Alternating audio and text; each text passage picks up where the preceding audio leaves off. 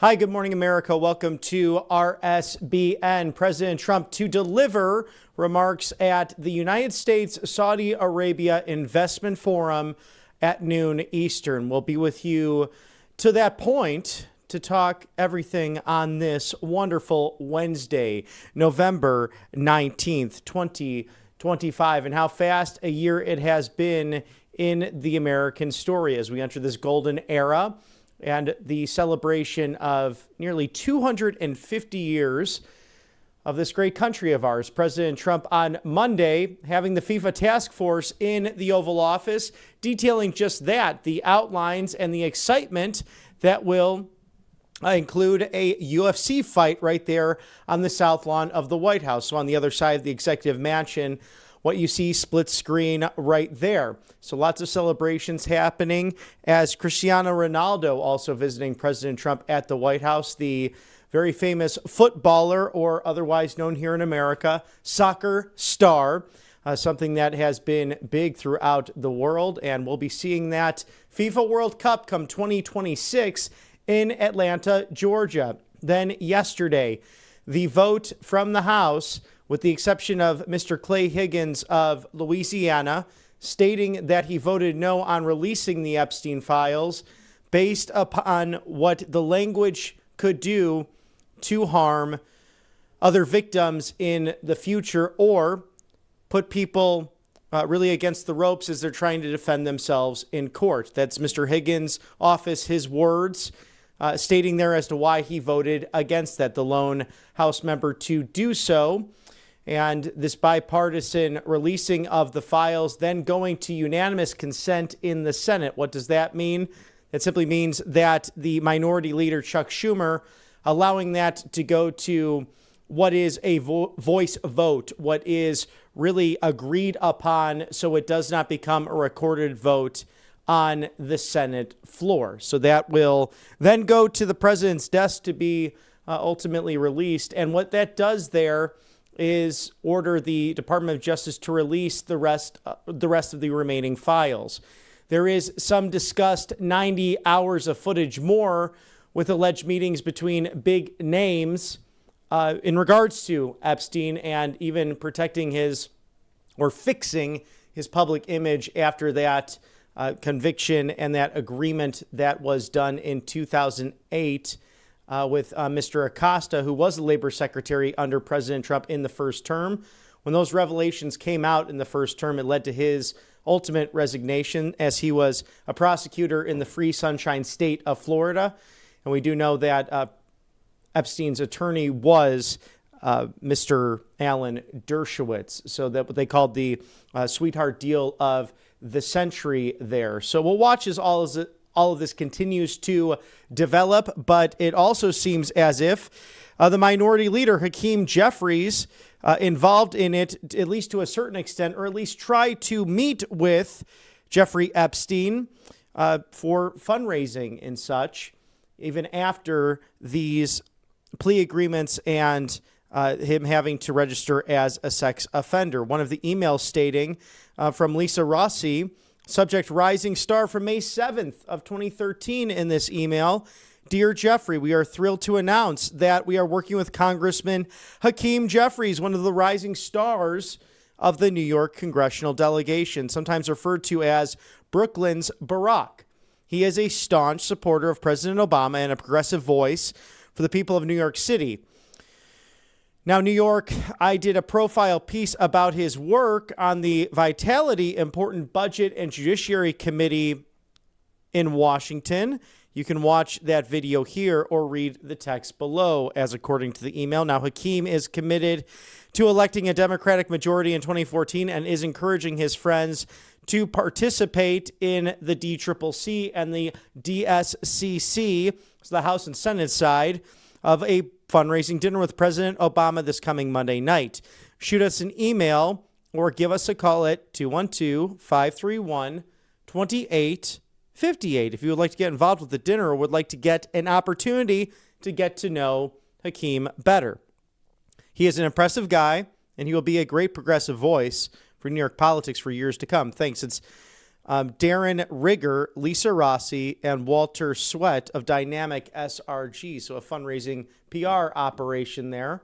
So even with that registration as a sex offender dating back to 2008, in 2013, Jeffrey Epstein apparently very involved in Democrat politics inside and outside of the Beltway. And you have Miss Paskett, the delegate from the United States Virgin Islands, apparently calling and texting Jeffrey Epstein in 2019 during a congressional hearing. So many answers, many questions that need to be answered in the coming hours and days, as this is one of the more bizarre stories that has affected the American ethos in the last couple of decades. Now, as we pay attention to all of that, President Trump focused on this Saudi Arabian and United States relationship, perhaps being the strongest it's ever been in nearly 9 decades. And the Crown Prince, Mohammed Al Salman, also the Prime Minister, stating last night at that black tie affair in the East Room that $1 trillion of investments being a very good thing, not only for Saudi Arabia, but to come into the American economy. And he mentioned during the press gaggle in the Oval Office at that bilateral meeting that America is the hottest nation in the world to work with on a number of different items and investments. So this is quite a close relationship. President Trump mentioning that to Mr. Salman, the Crown Prince and Prime Minister, to give his best regards to his father, the King Salman of the Kingdom of Saudi Arabia. But cut number one, Mr. Producer, President Trump stating that investment in AI is helping to make the United States, again, the hottest in the world. But overregulation by the states threatening to undermine this major growth engine. Some states are even trying to embed DEI ideology into AI models, producing the woke AI. Remember the Black George Washington? You probably saw that come across your channels.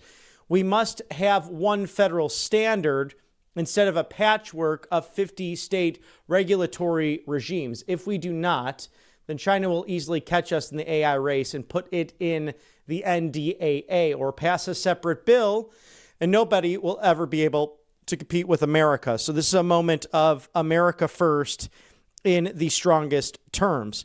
And I've thought a lot about this too, and I echo my concern that President Trump has. He's taking it to Truth Social with cut number 2, that you have a lot of voices out there, right, left of center, but especially trying to create this civil war within the Republican Party. Well, don't forget about the wins that have happened in a short period of time. President Trump stating, I don't care when the Senate passes the House bill. This is in regards to the Epstein files, whether tonight or at some other point in the near future. I just want Republicans to take their eyes off of all the victories that we've had, including the great, big, beautiful bill, closed borders, no men and women's sports, no transgender for everyone, ending DEI, stopping Biden's record-setting inflation, the biggest tax and regulation cuts in history, stopping 8 wars. Of course, we have 9 on the cusp with Russia and Ukraine, rebuilding our military, being respected by every country in the world, having trillions of dollars invested in the United States of America, having created the hottest country anywhere in the world, and even delivering a huge defeat to the Democrats on the shutdown. Make America great again. Lest we forget, that was 43 days of nonsense. And just like the government shutdown, these Epstein files will probably backfire on the strategy of the Democrats in Washington, D.C. They are a party without messaging. They are a party without really a true agenda, although it seems to be, quote unquote, get Trump and be as far left progressive socialist communist as you can be. Speaking about that, the mayor-elect Mamdani might just meet President Trump in Washington, D.C. in the coming weeks. So we'll watch that closely for you. As you know, here at Right Side Broadcasting Network, we always try to put your health first. It's important to us. It's important to making America healthy again. We want to support your freedom and give you real choices in the market. That's why allfamilypharmacy.com/RSBN does not want sickness to steal your holidays. Use code RSBN10. It's RSBN10 for 10% off your order today. They're not into the traditional pharmacy pushing the flu shots and other things that they want to mandate for you, whether at work or in private life. All Family Pharmacy is different. They give you options, encourage you to take charge of your health, stay prepared, and have the right to choose as a most favored nation status and as a leading online pharmacy in pharmaceuticals that are generic, that are affordable, that can come right to your door. If you don't have insurance, it's no red tape, no bureaucracy, no problem. Simply life-saving medications. In fact, over 300 of them on hand before the holiday season. It's important to do that. We all know how it goes. You travel, the cold weather, the family gatherings. This is when everyone gets sick. So wait until someone is miserable and scrambling for appointments or pharmacy lines. You don't want that to happen. You know, the long lines in urgent care as people sometimes get stressed out this time of year. And don't get stressed. Have some fun. Smile about it. Give thanks to God. This is such an American holiday, Thanksgiving, to really reflect upon the many blessings we have on a daily basis. allfamilypharmacy.com/RSBN has ivermectin, mebendazole, hydrochloroquine, to the NAD+, antivirals, antibiotics, emergency medical kits. You could travel with these. They're delivered fast to your door with a pharmaceutical note, reviewed by a U.S. doctor. And right now with holiday shipping, there's nothing wrong with adding a few essential medications into your medicine cabinet. Thank you to allfamilypharmacy.com/RSBN. Scan that QR code there now, and code RSBN10 is your go-to. Thank you again, allfamilypharmacy.com/RSBN. We know the big secret out there, and Monetary Wealth has exposed it. Being the best in the business, it's wealth preservation, securities, gold going up over $4,000 an ounce, and then silver not far behind at $50. Both are experiencing a bull market. Call immediately to discover how you can eliminate those IRA fees at 888-617-7994. Call today. Do not delay. Grab that complimentary presidential gold guide to look at the options that you can run through regarding eliminating those annual IRAs. And not every plan is the same. Some people want to buy that first, that second property. Others want to create that generational wealth for generations to come.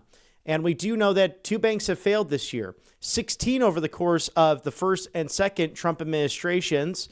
Nearly 500 banks failing under the Obama administration. That's why Robert Kiyosaki is really alerting us as to why paper money can fail, why inflation can affect that greatly. Look at copper no longer being minted into the penny, because to produce a penny, the last one coming out of North Carolina at the mints just last week, because it would cost roughly 3.7 cents to produce 1 penny, and therefore inflation as a result of that. So don't get lost behind with diversification of your savings, your pensions, everything you worked hard for. Monetary Gold, the experts in this field, the best in the business, can protect you from skyrocketing inflation and having diversification in your savings. So important in this day and age. RSBN4thegold.com, RSBN4thegold.com. Just look at the BRICS nations divesting from the American dollar and the central banks around the world buying up gold and silver like never before. There's a reason for that. Learn more by Monetary Gold at RSBN4thegold.com. And when you have all that saved up and the diversification in your stocks and bonds to different assets and properties, why not set some aside for Kalshi.com/RSBN and trade on the most important questions affecting the United States of America? Who will President Trump pardon this year? Could it be Changpeng Zhao? Could it be Roger Ver? How about Mr. Steve Bannon? Will Bitcoin hit 150K before March Madness in March of 2026? Will the Chicago Bears win the NFC North? They're in first place, folks. I can't believe I'm saying that. It's all sports, music, culture, and politics, and more at Kalshi.com/RSBN. Thank you for sponsoring us on the right side of history. As Mr. Speaker, Mike Johnson, spoke yesterday. It was during some other programming we had, so I thought we'd take you back to that in case you missed it prior to that vote on the Epstein files. Here's the latest from what Speaker Johnson said just yesterday.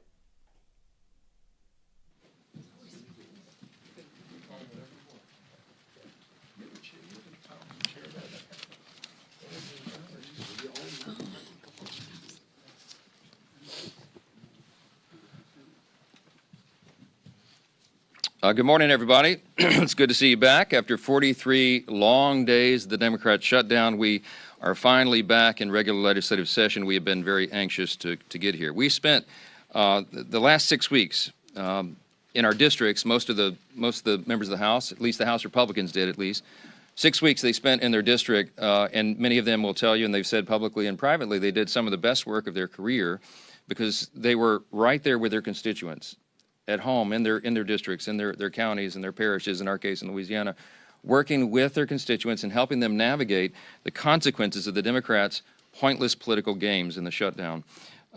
They did some really important work. And we are ready and eager now to get back to the legislative session work, the other side of this job, so that we can deliver on our promises to the American people. The Republican Party has been doing this, and we will continue. We're going to continue to reduce the cost of health care. We got big plans to do that. We're going to continue reducing prices and the cost of living for American families. And of course, to finish the rest of the appropriations government funding process. We've been needing to do that, and we are already working around the clock to accomplish those objectives. But with so many pressing issues on our plate, just very frustratingly to us, the Democrats are delaying that work even further with a political show vote. They're forcing a political show vote on the Epstein files. So we're just going to address that right at the top here this morning because they've spent so much time, the Democrats have, spinning the facts and trying to confuse the people that I wanted to come in this morning and just clearly explain for the people back home how we got here and why this vote is happening right now. First, a quick review of the relevant history here. For 4 long years, under the previous administration, under the Biden-Harris administration, Democrats insisted there was no border crisis. Remember, they told you that that wasn't a problem at all. They dismissed inflation as transitory. That's what they told us. They told the American people not to believe what we could all see with our own eyes, that there was an obvious mental and physical decline on the part of President Biden individually. And now, seemingly overnight, these same cast of characters, they've taken a sudden and urgent interest in the Epstein investigation. Suddenly, it's all in the name of transparency. That's what they're trying to tell us.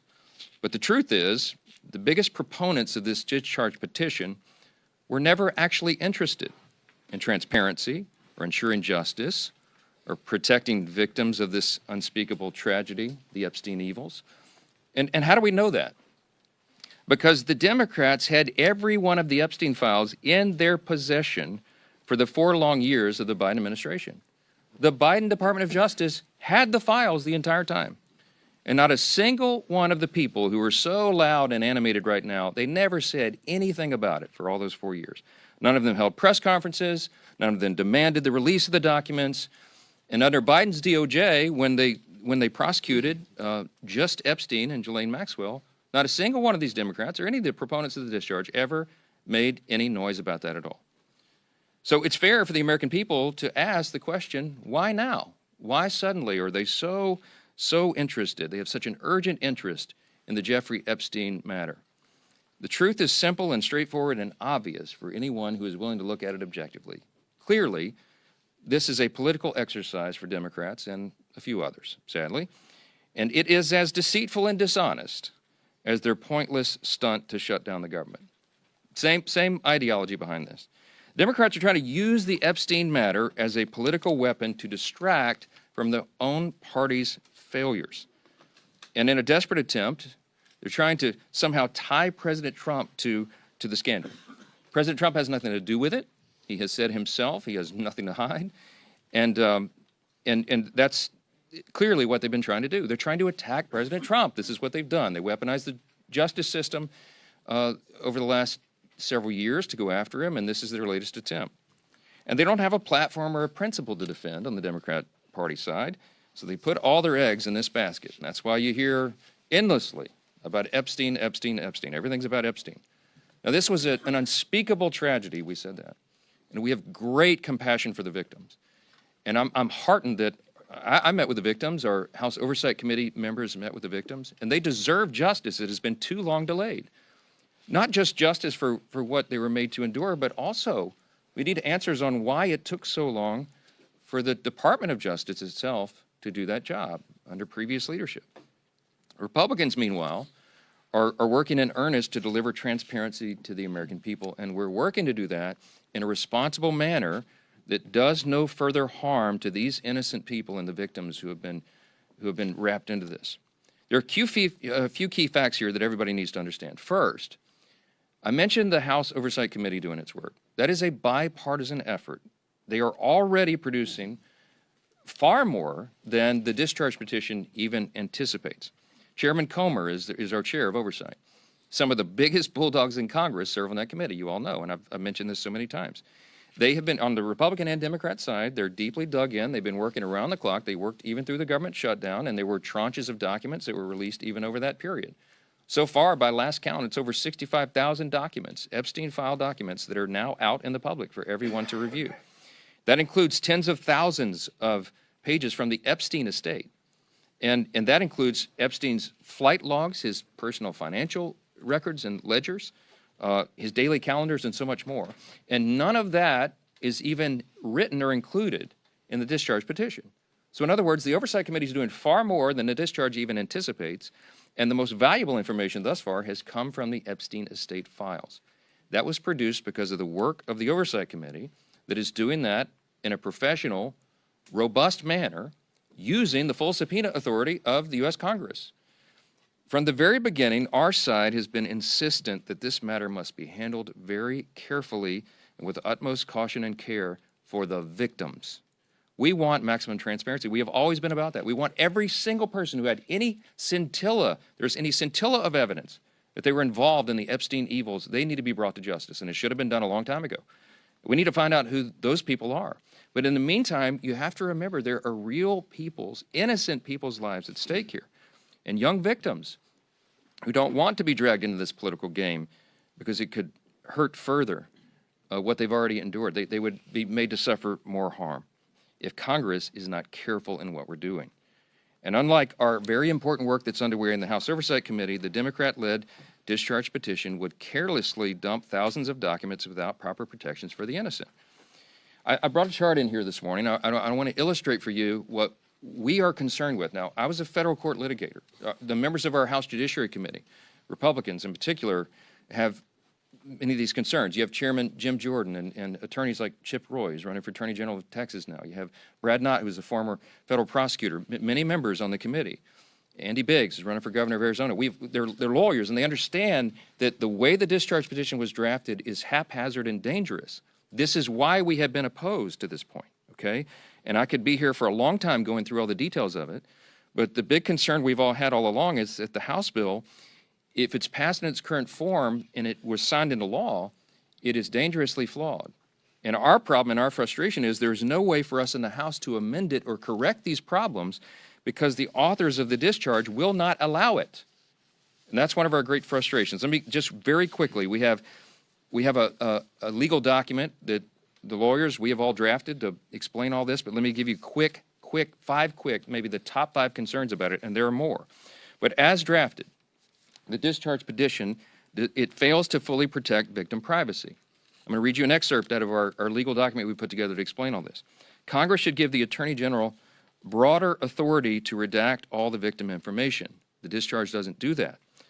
This would prevent the release of information that could be used to unmask victims who have chosen to remain anonymous. Now, you have some very brave women who have come forward and put their names and faces out there and done press conferences and explained that justice is overdue, and our hearts go out to them, and they are heroes.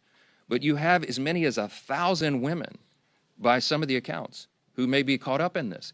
And the vast majority of them have not come forward, probably for obvious reasons. They don't want to be unmasked. But the discharge petition doesn't have adequate protections.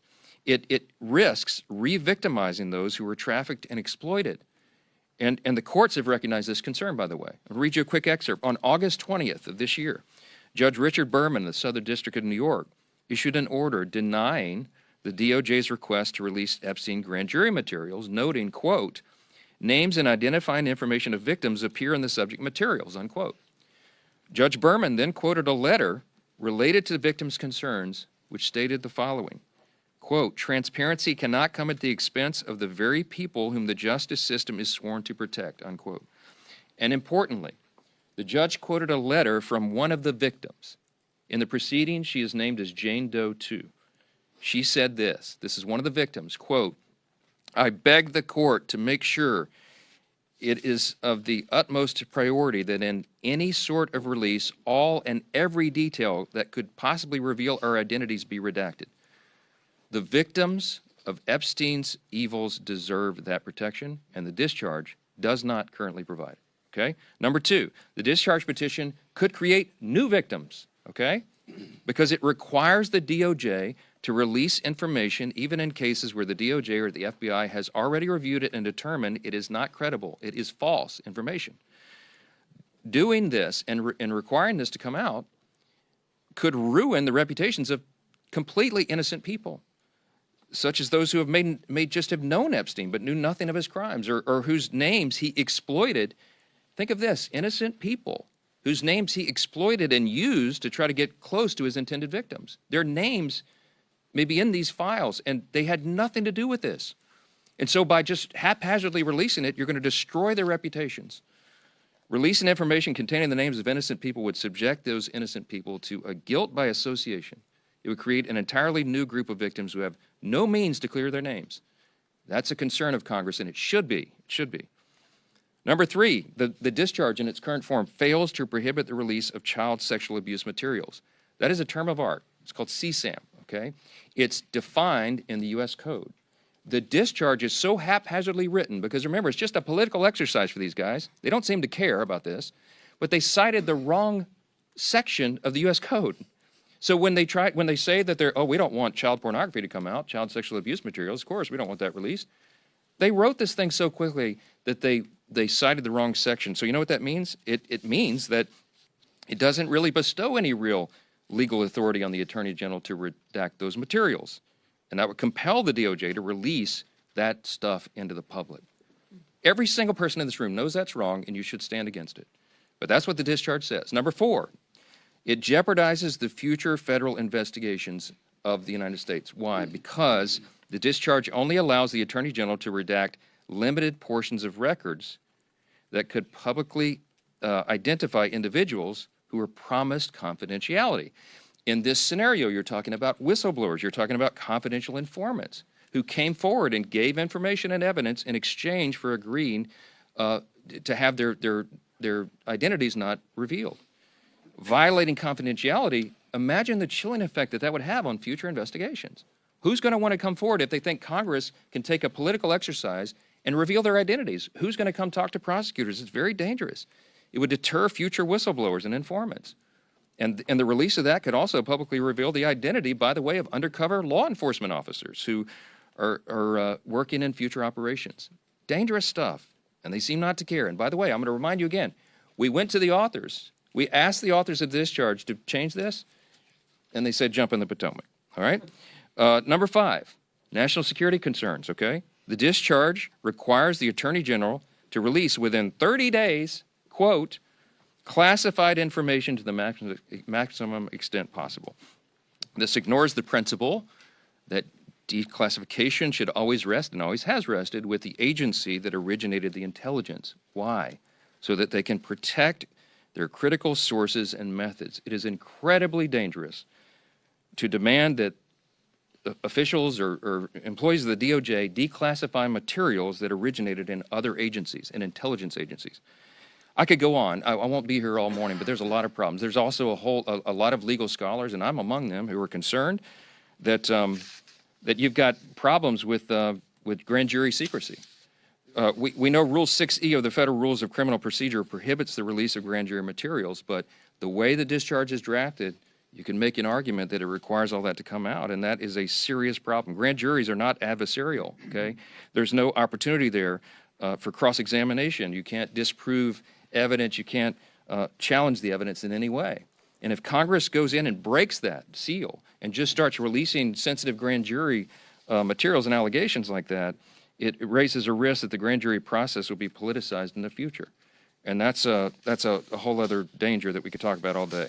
I'm gonna wrap this up and just say that Republicans support maximum transparency. We always have. The President of the United States supports maximum transparency. You've heard him say it in his own words. But he has had the same concerns that I've just articulated here, and we've talked about that. All of us have had these concerns, and we understand that we have a responsibility to innocent people and victims that is not properly guarded by the discharge petition. And that's why we're so incensed about that. We've got to make sure that we disclose the names of anybody who aided or conspired in any way with Jeffrey Epstein. But at the same time, you've got to make sure that innocent people are protected. So we have to do this in a way that doesn't violate victim privacy, that doesn't create new victims, that doesn't disclose the names of any whistleblower or informant, that causes the release of grand jury materials or child sexual abuse materials, or undermines our national security. And I think everybody of good conscience and common sense would say, of course you have to do that. But here we are. So the discharge petition got its 218th signature, and it is going to go forward. It is going to pass because it only takes 218. And we know that the Democrats have disregarded all these concerns, and they're going to move it forward anyway. So all the people of good conscience here say, we've registered our concerns, we stated our opposition as long as possible, but we're also for maximum transparency. So what am I to do as a leader in a situation like this? I call my counterpart in the Senate, Leader Thune, and I talked him through this with him and shared our deep concerns. And of course, they share those concerns as well. And so I'm very confident that when this moves forward in the process, if and when it is processed in the Senate, which there's no certainty that that will be, that they will take the time methodically to do what we have not been allowed to do in the House, to amend this discharge petition and to make sure that these protections are there. The authors of the discharge did not allow us to do that here. That's the rules here. But in the Senate, they can correct it. So under that circumstance, because of that, we know there's serious deficiencies. We know that the work of our colleagues in the Senate can address that and will. They're very conscientious and concerned, as we are, about all this. As we've insisted from the very beginning, Republicans are the only party trying to make a material difference in ensuring maximum transparency. Oh, by the way, I'll just tell you, I put the bill on the floor for unanimous consent last Wednesday night. And guess who objected to it? The Democrats, okay? If this is so urgent and they were so concerned about getting this done and seeing justice be done and all that, they would not have blocked the request, okay? This is about politics. They blocked our unanimous consent motion to expedite their bill and made us waste all this additional time so they could have a show vote today. Republicans are ready to get the job done, to move forward so we can continue to get on to these important issues of dealing with what the American people demand and deserve for us to deal with. And so I want to leave you with this thought. Everybody should think long and hard about who here is acting truthfully, honestly, and in good faith. It is not the Democrat Party that has obfuscated and blatantly lied for the last 4 years about all these things. It is not the Democrats who shut down the government for their own selfish political purposes. It is not the Democrats who blocked the passage of this discharge a week ago because they wanted to have a political moment. It is the Republicans who are acting in good faith, and I believe the American people are going to see that and understand it. I'm going to vote to move this forward. I think it could be close to a unanimous vote because everybody here, all the Republicans, want to go on record to show they're for maximum transparency, but they also want to note that we're demanding that this stuff get corrected before it is ever moves through the process and is completed. I sincerely hope my Democrat colleagues will show the same level of urgency and enthusiasm when it comes to tackling the real issues facing the country that we got to get to, and that's what we really wanted to talk about this morning. Affordability issues are real, and the Democrats themselves created the crisis. Remember, over the last 4 years of the Biden administration, they spent like drunken sailors, and when you throw a bunch of new money into the system, it makes inflation rise, right? Republicans are ready and eager to continue our work to clean up the mess that the Democrats made. We've been doing that already, and we're going to continue to do it. Joining the leadership team this morning to discuss our record-setting success and our continued efforts to bring back affordability, to lower the cost of living, to lower the cost of health care, and have abundant American energy are two of our Republican colleagues who are leading the charge on this issue. And Chairman Brett Guthrie, you'll hear from in a moment, from Energy and Commerce, will speak with you, and Congressman Nick Begich of Alaska, great state of Alaska, is going to address it as well. But I'll first turn it over to our chair of our conference, Lisa McLean. We truly are blessed with a special Speaker of the House, a man who did not want this job, rather called by not only his fellow colleagues, but I believe God to serve in this role and to clarify with his legal expertise the importance of the positives and the cons to a discharge petition. It reminds me of a time that I was at a Turning Point USA event with the great Jaco Booyens. If you're not familiar with his work, he's a film producer out of Texas and an anti-trafficking advocate. We were at Purdue University. To make a long story short, he was on a panel regarding just this topic. And many people who do incredible work in the counseling services and rehabilitation and bringing people back into society after they have been abused, trafficked, and the terrible crime, the unthinkable calamity that is. They had quite a forthright discussion. Jaco saying these people need to testify what happened to them so you can put these people behind bars forever or for at least a long period of time so that justice is served. At the same time, some of these counselors calling out, be cautious and careful because these people then are reliving the crimes that were perpetuated against them. So there is two sides of the coin. It's good to look at this with a sense or a lens of gray rather than black and white, because some people will then relive the atrocities against them. And I'm glad that the speaker, with his legal expertise, was able to share that regarding the discharge petitions. Thank you to angelpaste.com. The miracle that is the vitamin B cream. I use it every day, especially this time of year with that cold weather outside. You get the dry skin and it just can get nasty this time of year.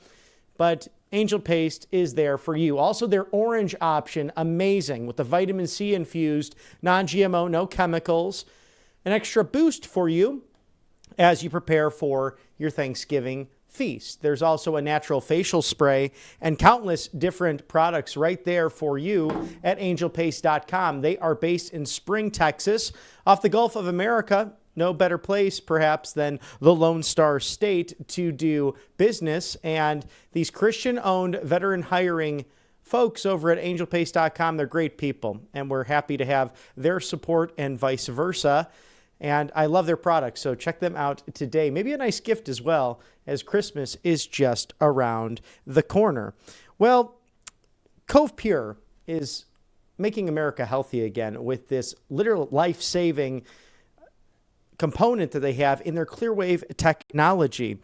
It's great for the holiday season, and right now, a holiday sale, $250 off, covepure.com/RSBN. You know that gift that you struggle giving to someone because they're just hard to shop for? I have a couple of those in the family, and this is not a bad option because many times people neglect drinking pure water and just go directly to the tap. And we know with countless studies, including JAMA Pediatrics, where students and children have lost 2 or more points in their IQ due to drinking too much of the tap water, can cause a problem. This is also a great gift for those who are renting because it's a reverse osmosis system that doesn't require drilling of holes and different tubes. It's just as if you have a coffee maker on your kitchen counter. It's truly amazing.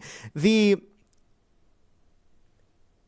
Cove Pure Clearwave technology is unlike any other with this reverse osmosis system. It removes 99.9% of the impurities, fluoride, to hormone blocking disruptors like birth control, to the pesticides and agricultural runoff that you could find in your tap water. Also, lead poisoning.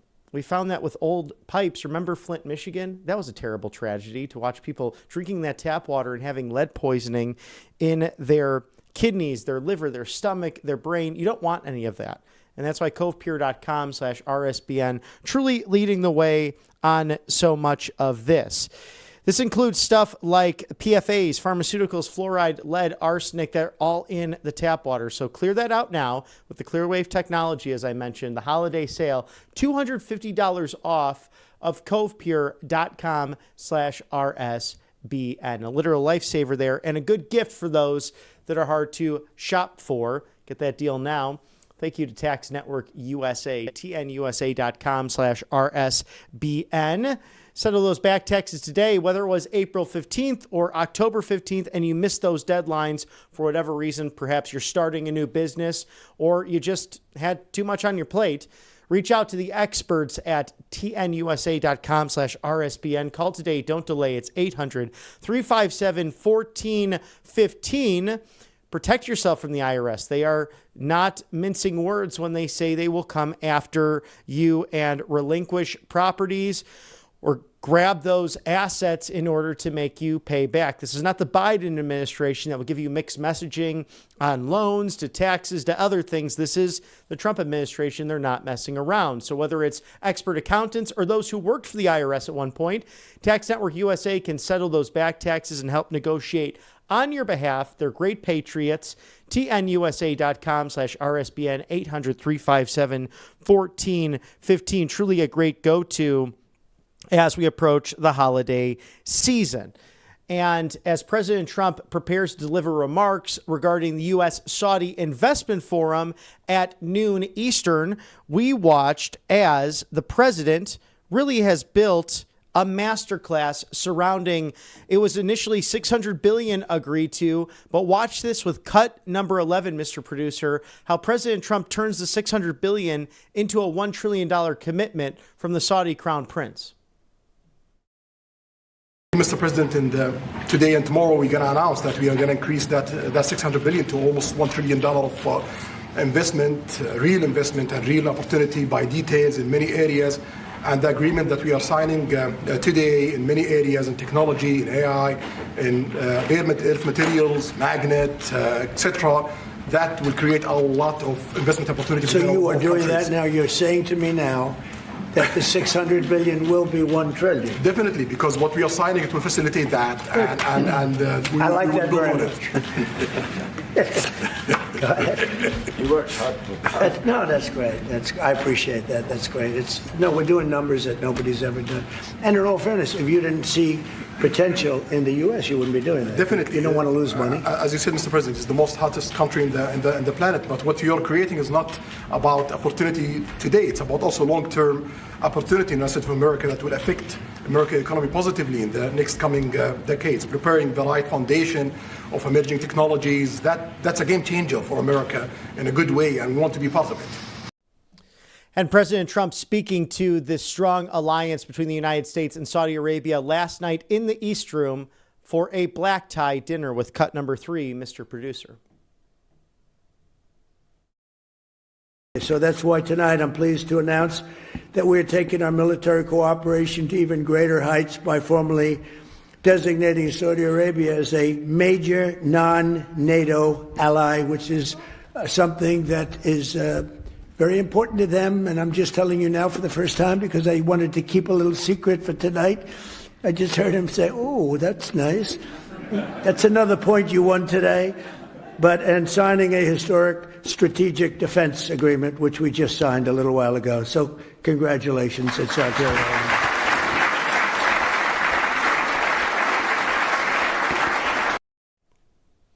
And a special sponsor commercial for Brightcore and their Kimchi One, a premier product that you should perhaps think about as you get into the holiday season. The FDA says it's keeping Americans safe, but when government power goes unchecked, it's our freedom and our health that pay the price. They say they're protecting and promoting public health, but the U.S. has some of the worst health outcomes in the world, including lowered life expectancy, increased infant mortality, and higher rates of chronic health conditions. Because while bureaucrats and corporations pat each other on the back, the truth is, America's being poisoned. No one can avoid it. Our food and water are filled with toxins, preservatives, and microplastics that leach into everything we eat. From plastic cutting boards and nonstick pans to healthy produce sprayed with sludge, Americans are unknowingly exposed to hazards every day. One study showed the average person has the equivalent of a plastic spoon in their brain. Another study showed that 88% of food and water samples tested contain significant amounts of microplastics. Once these microplastics enter your body, they don't pass through harmlessly. They trigger constant inflammation and disrupt your biome, which devastates your immune system and your body's natural ability to defend itself. They carry toxic additives and heavy metals that leach into your bloodstream, disrupting your hormones, damaging DNA, and accelerating aging from the inside out. Doctors are finding links between microplastic exposure and infertility, heart disease, autoimmune disorders, and early cognitive decline. And the truth is, your body can't get rid of them. Recently, researchers studying traditional Korean kimchi discovered something incredible. A probiotic strain called Bacillus pumilis, found only in kimchi, can actually degrade BPA. In the lab, these bacteria were shown to break down BPA into harmless components, literally digesting one of the most persistent plastic toxins known to science. And the source?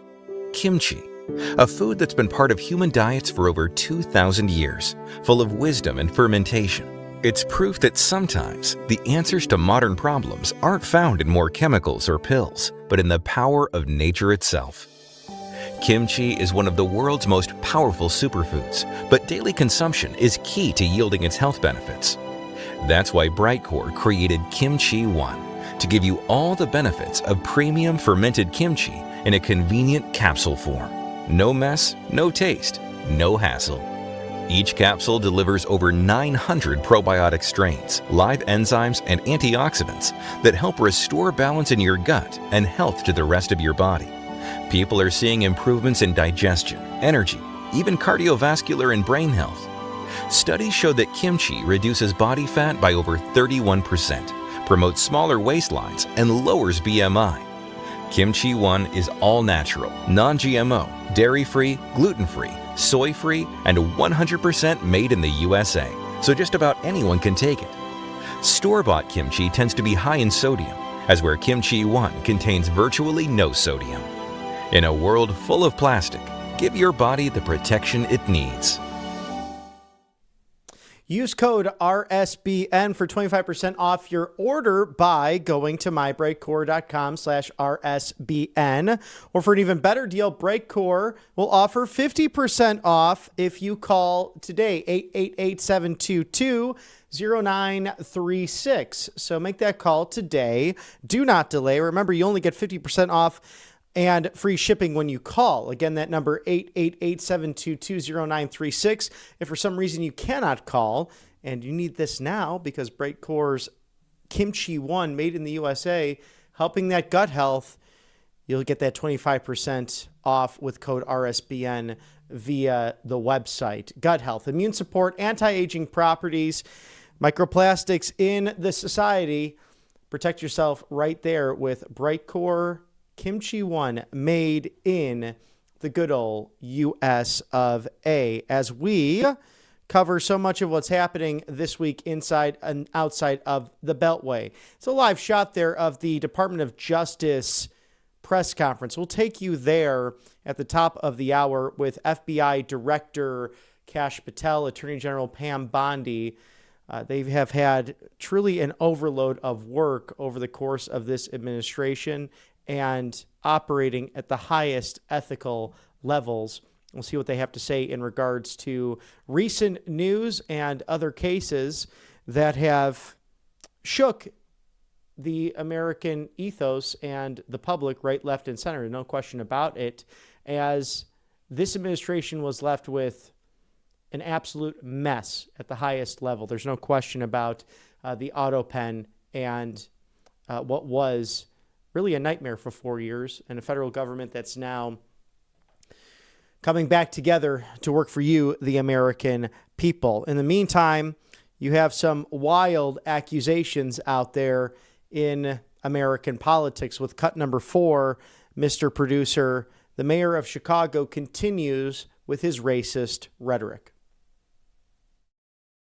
So we know that the intentional attacks that are coming from the Trump administration and the extreme right in this country has very much been what I call it's an attempt to relitigate the Civil War, right? They have not accepted the results that the North actually won, right? Because if you look at all of the attacks, it's not just black cities. He's going after education, housing, transportation, good paying jobs, and healthcare. Those are literally the 5 demands of descendants of slaves post-Civil War. So it's evident that they are not, committed to actually realizing the full dream of what this country can offer.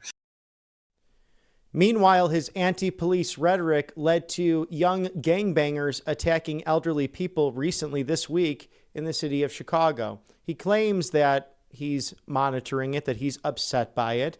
But we do know the fact that thanks to excellent independent journalists like William J. Kelly, who has visited the Live Desk and the Voice of Reason, detailing what's happening on the ground in the city of Chicago. Mayor Johnson and his wife, the First Lady, have 150 Chicago police officers as their detail. Meanwhile, the city is thrown into chaos because of gang violence and foreign terrorist organizations the federal government had to come in and clean up under Operation Midway Blitz.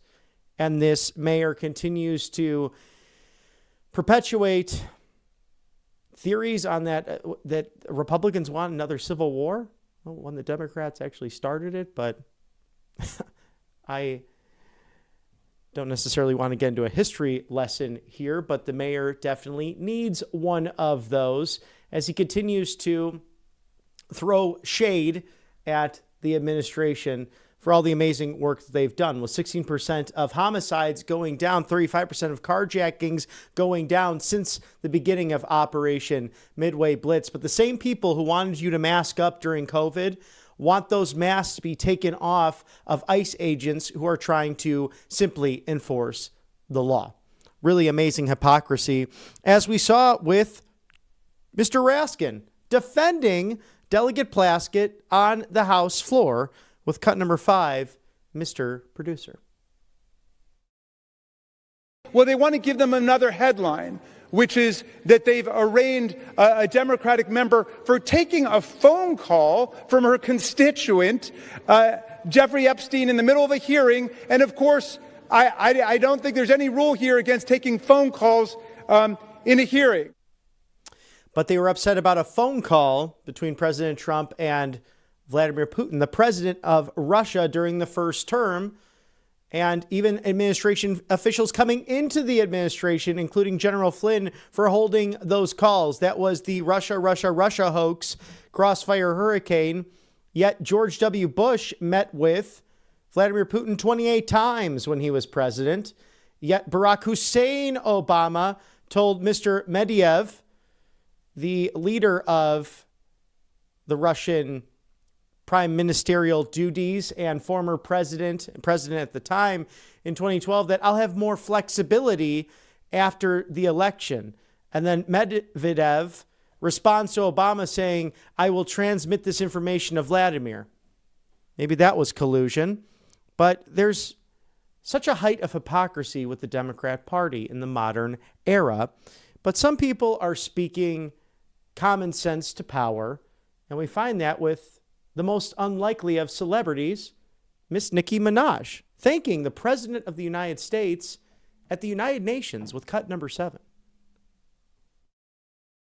I would like to thank President Trump for prioritizing this issue and for his leadership on the global stage in calling for urgent action to defend Christians in Nigeria, to combat extremism, and to bring a stop to violence against those who simply want to exercise their natural right to freedom of religion or belief. Thank you, Miss Nicki Minaj, for speaking truth to power and helping to lend voice to those Christians and the genocide happening in Nigeria.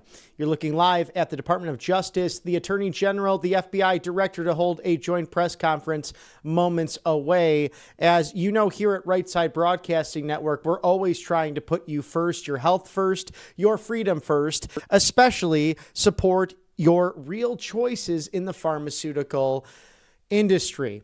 Allfamilypharmacy.com/RSBN. wants you to take advantage of this RSBN 10, RSBN 10, 10% off.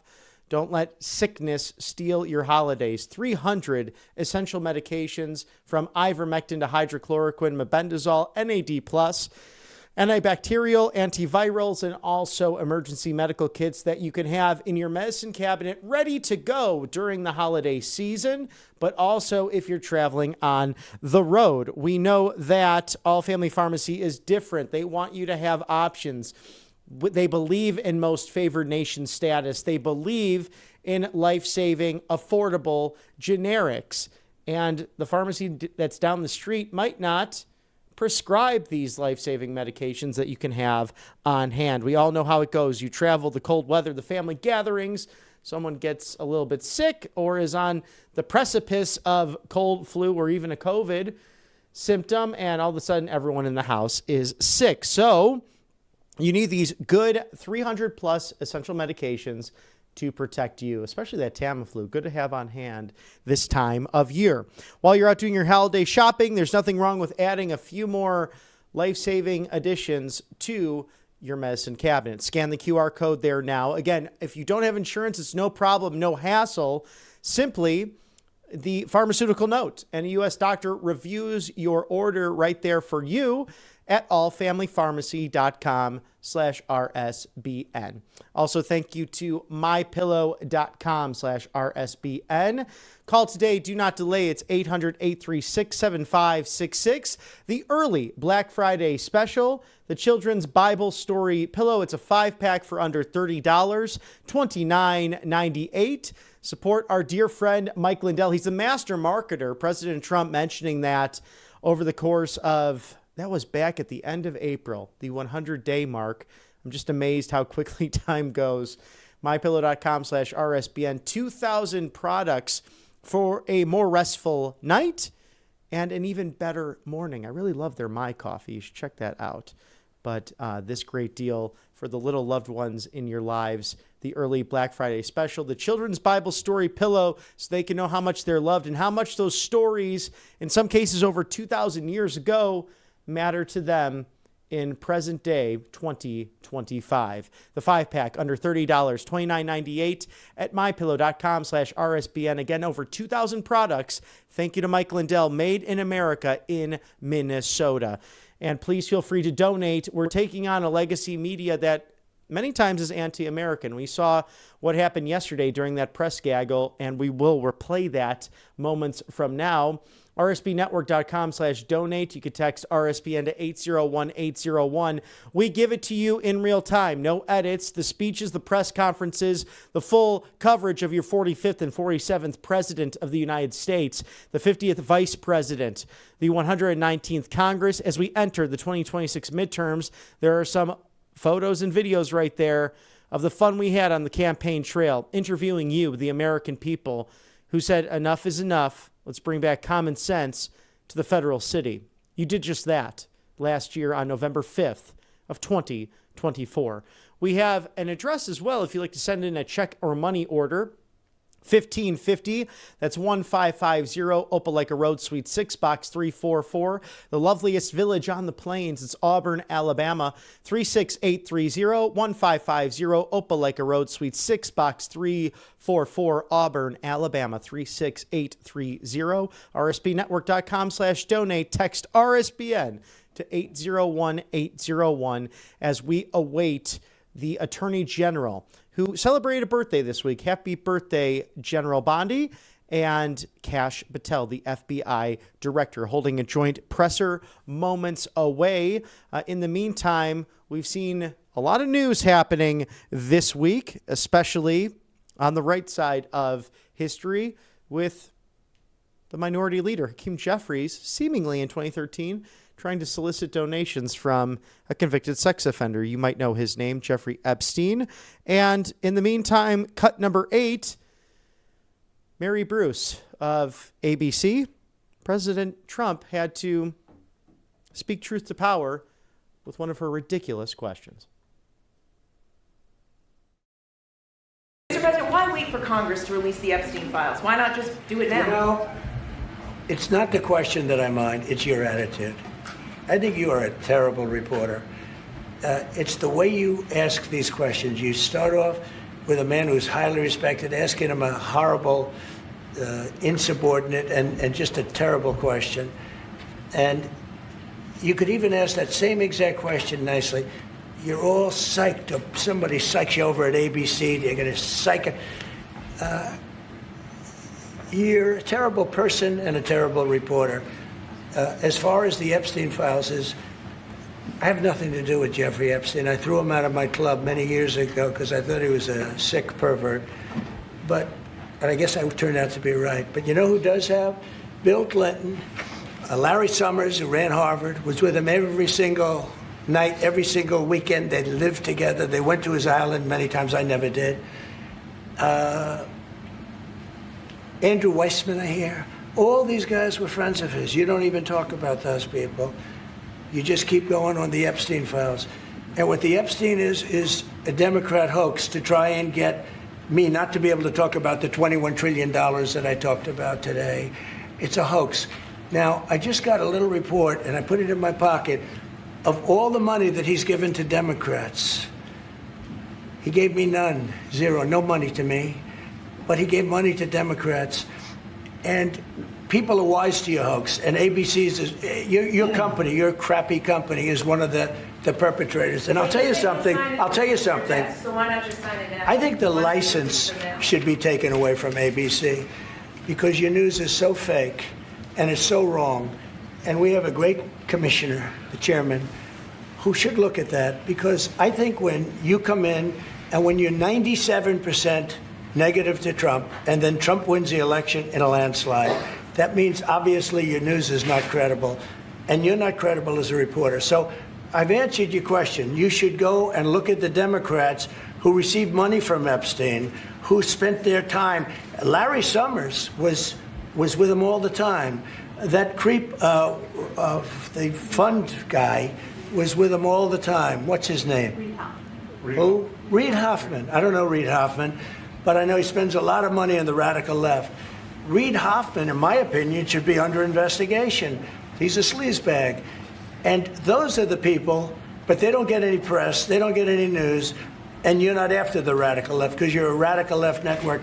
But I think the way you ask a question with the anger and the meanness is terrible. You ought to go back and learn how to be a reporter. No more questions from you. Who else has a question? And we've seen the transparency from this president, from the Republican Congress to vote to release those. President Trump encouraging that. So it's really something to attempt embarrassing a guest of the United States, as was happened yesterday, and something that should be watched upon, the integrity of journalism in this country. They don't seem to necessarily want to do that, but as we saw yesterday, the Crown Prince and the Prime Minister, Mr. Mohammed al-Salman, stating that America is the hottest country to do business in the world, as we await a press conference moments from now with the FBI director and the Attorney General at the Department of Justice. And a lot has been done over the course of 9 months in office for this president, this administration, everything that you put into office back on November 5th of just last year. And some questions out there that perhaps this Department of Justice can clarify in the short term. But we know that the tariffs are working. The agenda to make America wealthy again is in full swing. Part of that is an affordability issue. The rising cost of healthcare, the high housing prices pending your neck of the woods. Now, we have seen some things scale off, and President Trump leveraging the tariffs when it comes to common goods, from coffee to other items that you might purchase on the store or in the store on a daily basis. But we do know on average gas going down, certain groceries going down as well, to bring some relief to the American economy. So it's really quite simple. As your humble correspondent to many other commentators within this broadcast or podcast or media ethos in America, right, left, and center, I think can agree on one thing. It's about the economy, stupid.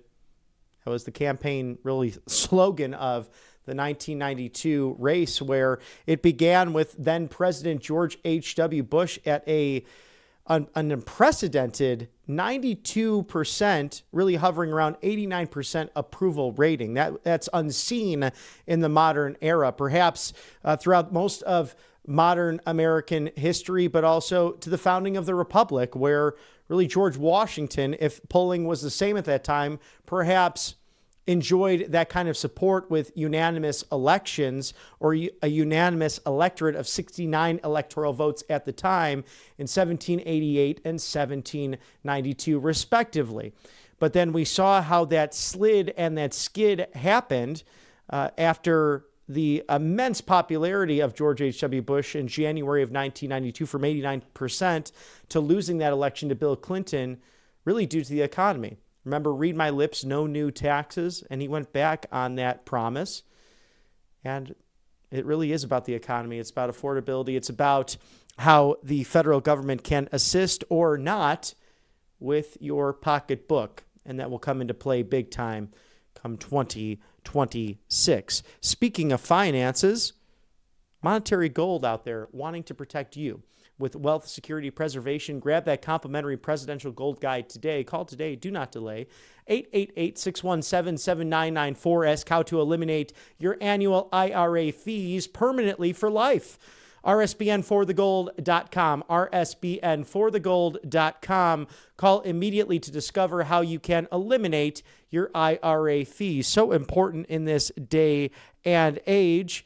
We know that Robert Kiyosaki warning us of the two bank failures this year. Central banks also buying up gold and silver in droves, and gold hitting that $4,500 mark per ounce. Silver not far behind at $50. Those rates are bull markets going up as the purchasing power of the dollar going down 40% in the last 2 decades. There's a reason why the BRICS nations are divesting from that world currency of the American dollar. And in turn, as I mentioned before, central banks buying up that commodity that has stood the test of time for over 5,000 years of human history. It's gold and silver. Whether it's buying up more properties or diversifying generational wealth for your family, Monetary Gold can assist. Grab that complimentary presidential gold guide today. RSBN4thegold.com. AngelPace.com as well, a great Christian company. They hire veterans. They're out of Spring, Texas, the Lone Star State, right on that Gulf of America. And the Vitamin B Miracle Cream working wonders year-round. I use it on a daily basis. And what's great about these products, they're non-GMO. There's no chemicals. They're all natural.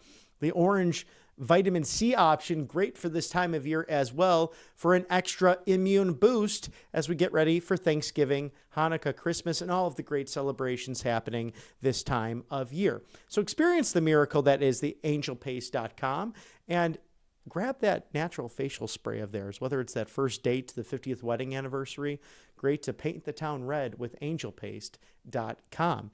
Also, use that leftover savings that you have for a couple of trades and bets at kalshi.com/RSBN.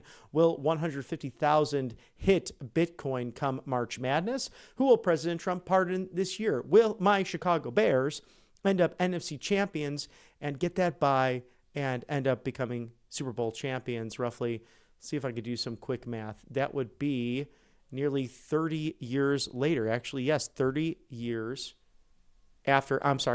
years after Super Bowl 20, and the shuffle crew of Walter Payton and great players that have stood the test of time, with Steve Mongo McMichaels to Jim McMahon, some of the most legendary football players we have ever seen.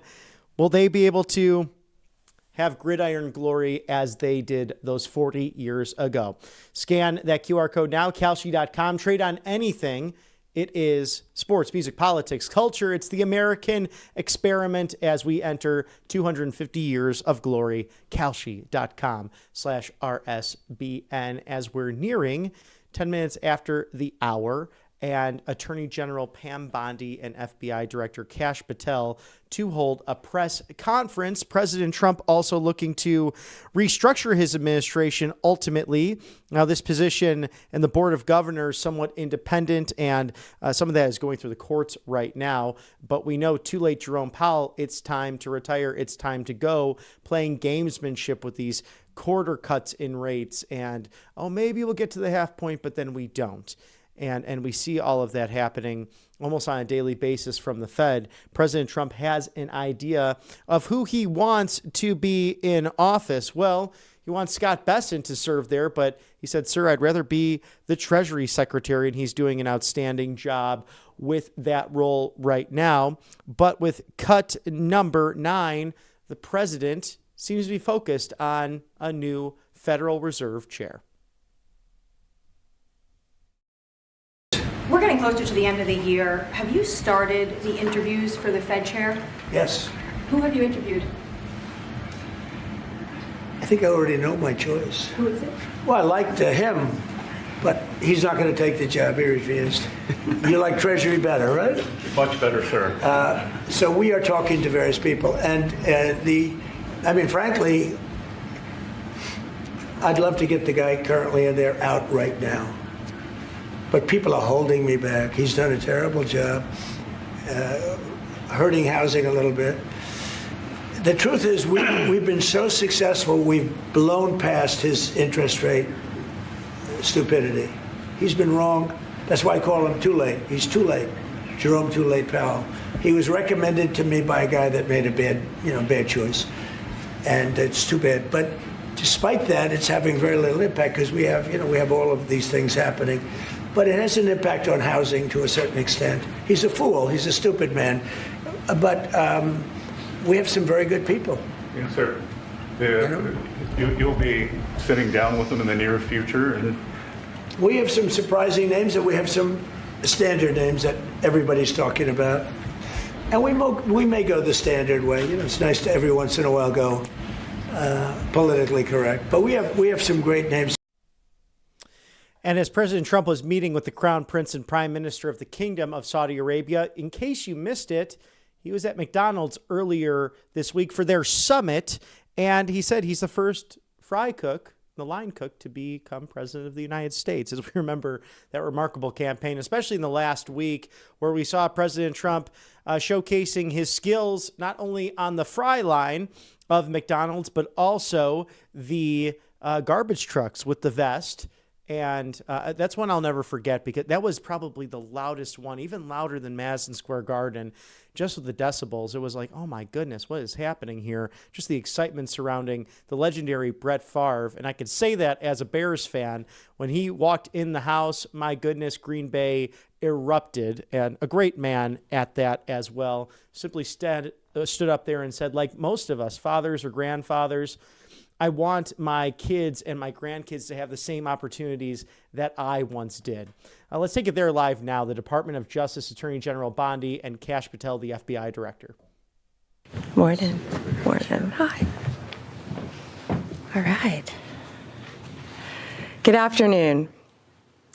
Today, the Justice Department is proud to announce new developments in our ongoing investigation into Ryan James Wedding.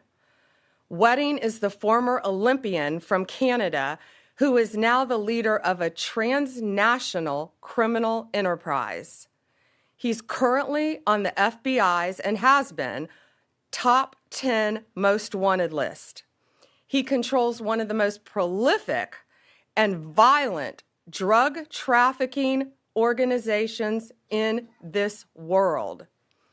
He is currently the largest distributor of cocaine in Canada. Wedding collaborates closely with the Sinaloa cartel, a foreign terrorist organization, to flood not only American but also Canadian communities with cocaine coming from Colombia. His organization is responsible for importing approximately 60 metric tons of cocaine a year into Los Angeles via semi-trucks from Mexico. To put that in perspective, 60 metric tons is approximately the weight of 40 standard cars. Imagine that. That's how much cocaine, the weight of 40 cars, he is bringing into our country a year. In the course of the investigation, more than 35 individuals have been indicted. Over 2,000 kilos and numerous weapons have been seized. Approximately $3.2 million in cryptocurrency has been recovered, and over $13 million in physical assets has been confiscated.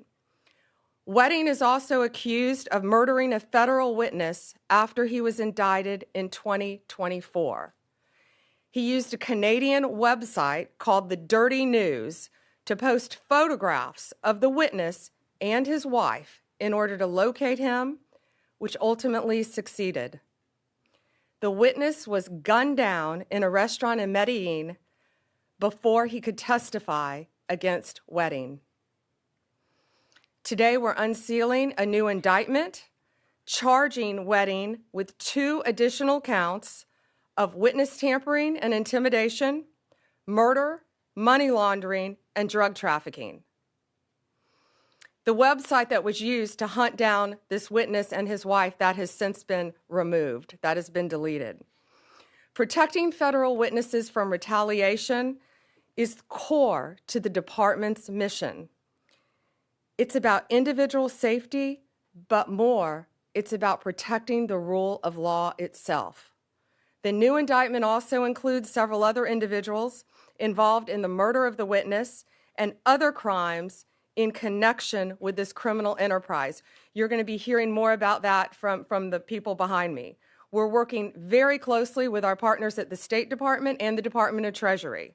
The State Department has raised the reward for Ryan Wedding from $10 million to $15 million. We're offering $2 million rewards for information leading to the arrest of those involved in the murder of the witness. The Treasury Department's Foreign Asset Control is seizing assets belonging to approximately 19 of the targets associated with Wedding's criminal enterprise, worth hundreds of millions of dollars. I want to thank the FBI, the U.S. Attorney's Office for the Central District of California, as well as our Canadian law enforcement partners for their steadfast commitment to bring Ryan Wedding to justice. I also want to thank the Colombian National Police, who have greatly helped us. Let me be clear, drugs are killing our kids.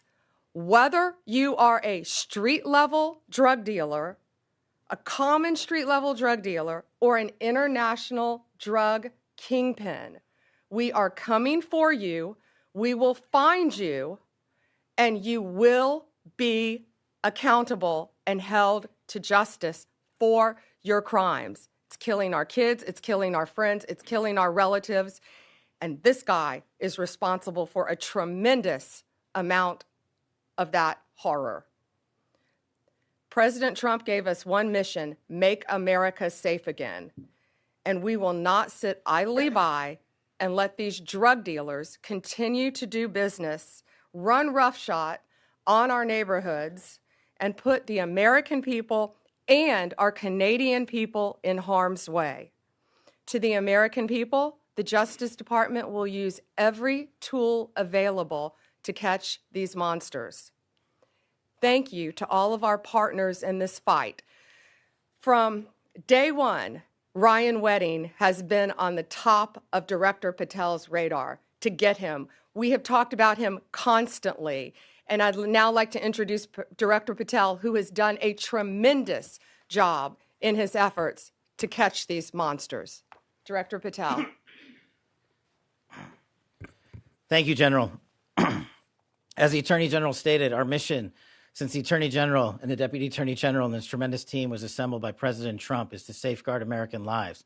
Already this year, thanks to the Department of Justice's leadership, in combination with the interagency, including this FBI, have seized record amounts of narcotics, to include record amounts of cocaine, including record amounts of fentanyl. all of these narcotics are enabled by our enemies to go after our youth and our communities and kill and destroy American civilization. Under President Trump's leadership, we have been shutting that down since day one. As the Attorney General mentioned, this is an indictment, an additional indictment, an arrest of multiple subjects, nearly a dozen more, and that brings the total to approximately 36 indicted. And you'll hear the details from the tremendous team established here by the Attorney General. Most importantly, you do not get to be a drug kingpin and evade the law.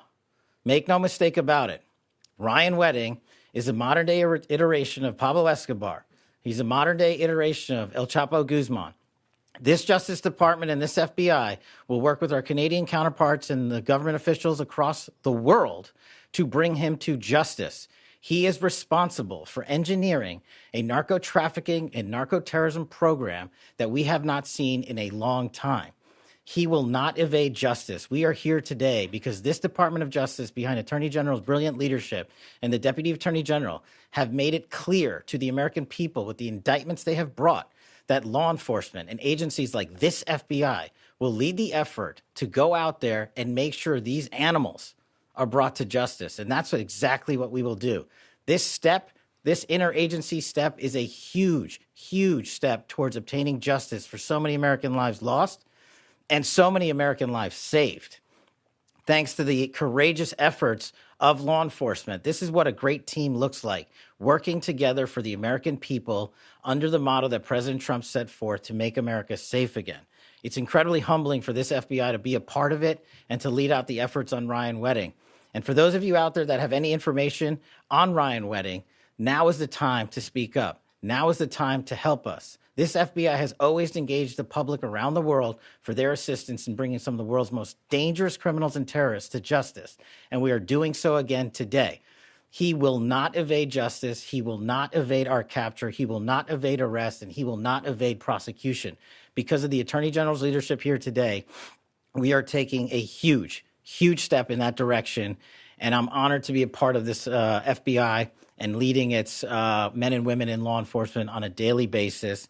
It's really one of the best things I've ever encountered. And the teamwork is something I just want to stress more than anything. Our federal, state, and local partners have bonded together like never before to bring you these results that we've talked about these last 8-9 months.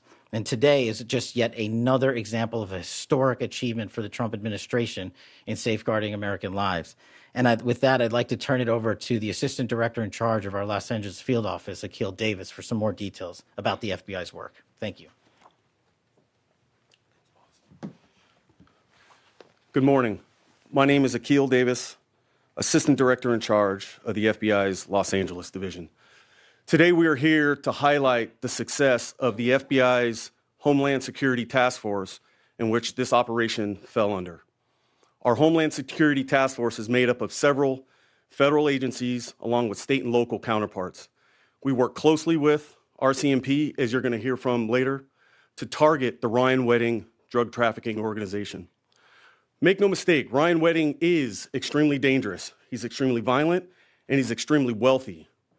He's being protected by the Sinaloa cartel, along with others in the country of Mexico. We will find him, and we will bring him to justice. He is so important to the efforts of the United States government that the State Department has put up a $15 million reward for his capture. And let me say that again, a $15 million reward for his capture. Ryan Wedding has orchestrated murders against his rivals, against cooperating witnesses, against anybody that crosses his path. And as you've heard already, he has trafficked record levels of drugs, fentanyl, heroin, cocaine, methamphetamine, all the things that are rampant on our streets. He has been a part of that and a main cause of that. And that is why you see so much resources dedicated to dismantling his organization, which we have done mostly here today. We will capture Ryan Wedding. We will bring him to justice. If you have information leading to his capture, you can contact the FBI at 1-800-CALL-FBI or tips.fbi.gov. Make no mistake, Ryan Wedding is dangerous. Do not approach him on your own. Please call us and let us do our job. Thank you. I will now turn it over to United States Attorney Bill Asaley. Bill Asaley came from California to be here today. That's how important this case is. And President Trump, Deputy Attorney General Todd Blanche, and I are thrilled to have Bill Asaley on our team. I think Deputy Attorney General Blanche talks to Bill Asaley daily, and I talk to him at least once a week. He is doing an incredible job to keep America safe and to keep Californians safe. So it's my honor now to have Bill join us. Thank you, ma'am. I'm Bill Asaley. I am the First Assistant U.S. Attorney at the Central District of California, the leader of that office. As the Attorney General said, today an indictment was unsealed against Ryan James Wedding, a former snowboarder who was once an Olympic athlete and who is now on the FBI's top 10 most wanted list and the subject of a $15 million reward. Wedding and 14 other defendants, including a Canadian lawyer and a Latin pop star, are federally charged with orchestrating the January 2025 murder of a witness who was shot 5 times in the head at a restaurant in Colombia and who died instantly. Wedding placed a bounty on the victim's head in the erroneous belief that the victim's death would result in the dismissal of criminal charges against him and his international drug trafficking ring, and would further ensure that he was not extradited to the United States. He was wrong. The murder also involved a Canadian website, as the Attorney General discussed, which claimed to be a news outlet. This so-called news outlet, the Dirty News, was paid by a co-defendant to post a photograph of the victim, witness, and his wife online so that he could be hunted down and killed. Law enforcement yesterday seized that website pursuant to a judicially authorized warrant. That website no longer exists. I want to say this to Mr. Wedding and to the other defendants involved in his drug trafficking organization. Your days are numbered. Our agents and prosecutors will relentlessly pursue you and anyone who assists you and bring you to justice, not just anywhere. We're going to bring you to justice in the United States of America. And I want to just add a couple things here. Mr. Wedding is the most prolific cocaine trafficker in Canada, but he used Southern California, my district, as a hub for his logistics to move the cocaine.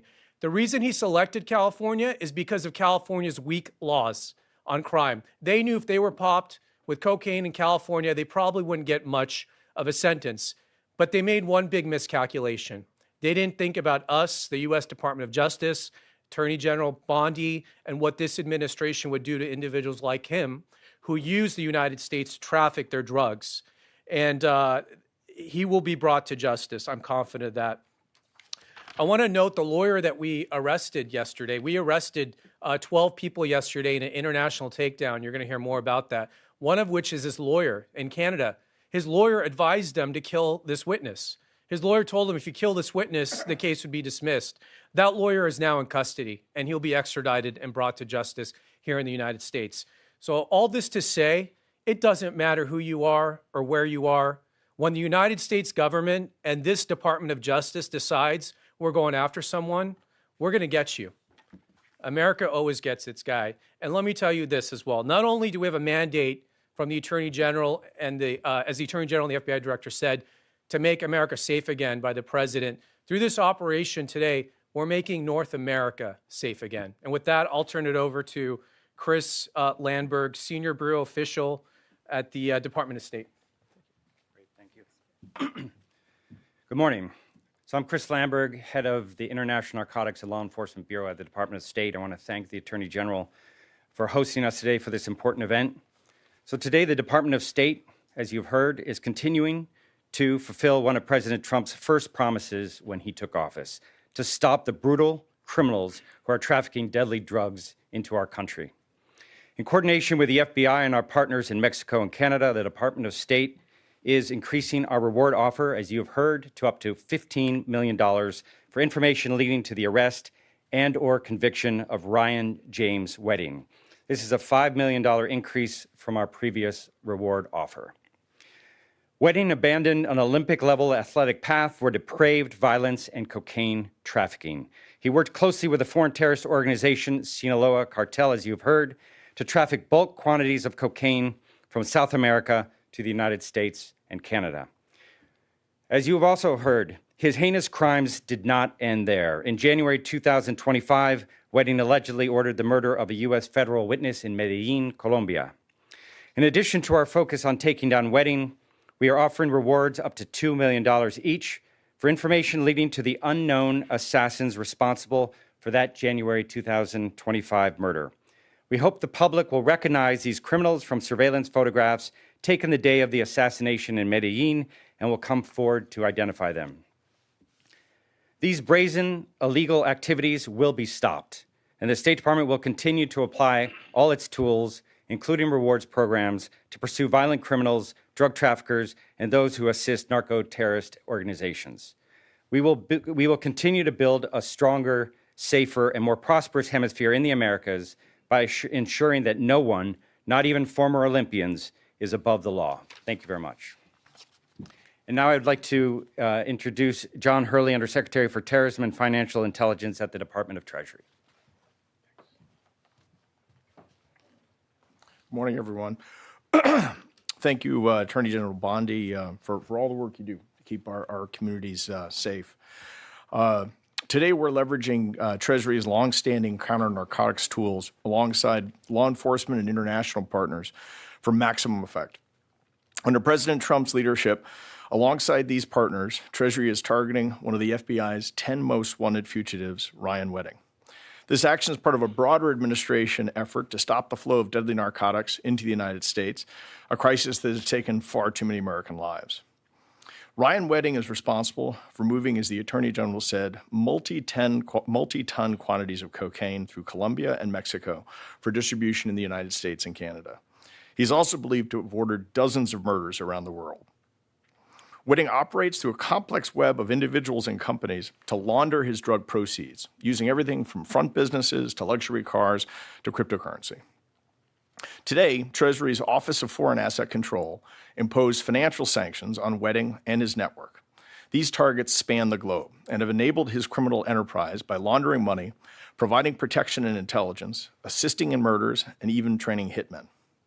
Our sanctions are designed to cut Wedding and his network off from the U.S. and international financial system and to help put an end to his deadly activities. Most importantly for Treasury, U.S. and international businesses are now on notice. Should you choose to assist Wedding by materially supporting him and his network, we will find you, cut you off from the U.S. financial system, and help our DOJ partners bring you to justice as well. I'll close with this. President Trump, Attorney General Bondi, Director Patel, our other interagency partners, and Secretary Bessent are leading the fight against narcotics trafficking. The Trump administration will never stop fighting to protect the American people, and we at Treasury are very proud to contribute to that mission. And I'll be followed by Michael Duham, the Commissioner of the Royal Canadian Mounted Police. Thank you. Good morning, everyone. Mike Duhame, Commissioner of the RCMP. I want to begin by thanking Attorney General Pam Bondi for inviting me for this special announcement. I'd quite say historical announcement as well, considering what we're dealing with. I'm pleased to be here today to highlight significant results by the FBI and the Royal Canadian Mounted Police, better known as the RCMP. As Director Patel mentioned, the RCMP and FBI have been working together to disrupt and target organized crime affecting both our countries and other countries around the world. No single agency or nation can combat transnational organized crime alone. This is why strong, trusted partnerships are essential, just as we continue to illustrate in this file. As part of the FBI Operation Giant Slalom, the highest level of organized crime were targeted for their involvement in a range of serious crimes, as you heard earlier, from drug trafficking to murder to conspiracy to commit murder and continuing criminal enterprise. The RCMP in Canada, as well as its office located in Bogota, Los Angeles, and Mexico, worked closely with the FBI throughout the investigation. Yesterday morning, the RCMP and Ontario Provincial Police proceeded by arresting 7 Canadians with ties to the Wedding organized crime group. I want to emphasize that our work is not done. Fugitive Ryan Wedding remains one of the top threats to Canadian public safety, and as per the previous indictment, continues to run an over $1 billion a year criminal enterprise. I would also like to take the opportunity to thank everyone in the RCMP, the FBI, and U.S. Department of Justice who have spent the last 2 years and countless of hours away from their family to get the job done when it looks at Operation Giant Slalom. Thank you for your partnership and protecting Canadians, Americans, and people around the world. Thank you. There's one thing I wanted to add. This is an announcement, and we're up on a hard stop. We can take a few questions if you have them. But first, wait, I want, Director Patel, will you add something about his description for us, please? I don't know if we really got that he could also change his description, or Akil. Go ahead. Thanks. We turn those around? Yes, let's turn these around.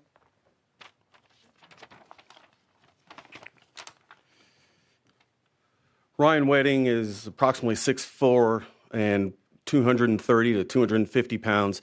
As you see in these pictures here, please understand that he might change his hair color, his appearance, and do anything to avoid capture. But someone like Ryan Wedding is going to stick out in Mexico.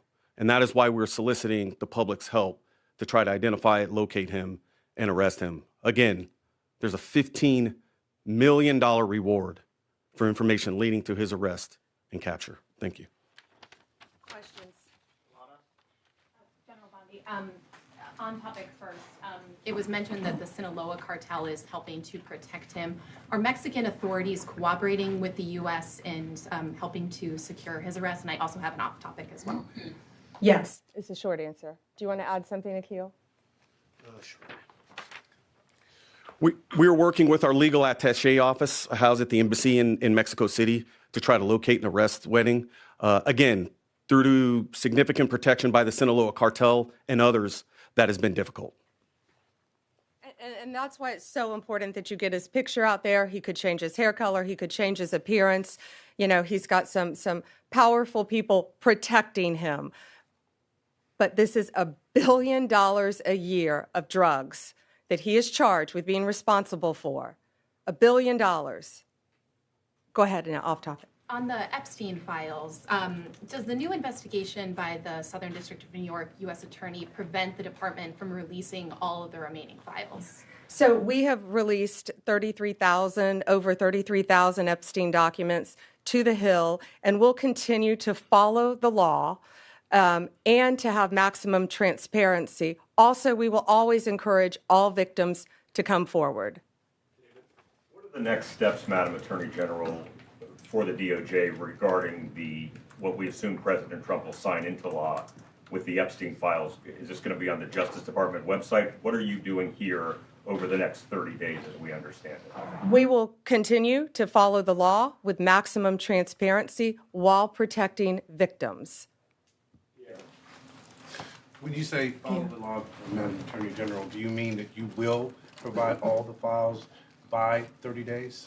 We will follow the law. The law passed both chambers last evening. It has not yet been signed, but we will continue to follow the law, again, while protecting victims, but also providing maximum transparency. Madam Attorney General, the DOJ statement earlier this year saying that the files would not release mentioned the fact that the review of the documents and the evidence did not suggest that any additional investigation of third parties was warranted. What changed since then that you launched this investigation? Information that has come forward. There's information new information, additional information, and again, we will continue to follow the law, to investigate any leads. If there are any victims, we encourage all victims to come forward, and we will continue to provide maximum transparency under the law. Wedding, Madam General. On Ryan Wedding, you mentioned, Madam Attorney Sure, General, Kelly. the issue with the new information that you just indicated, is the department seeking information perhaps from the Epstein estate because Mr. Blanche did not have that information when he interviewed Ghislaine Maxwell, What new information? And would you limit the new investigation to just those named persons that the president talked about, or is this a broad, open-ended investigation?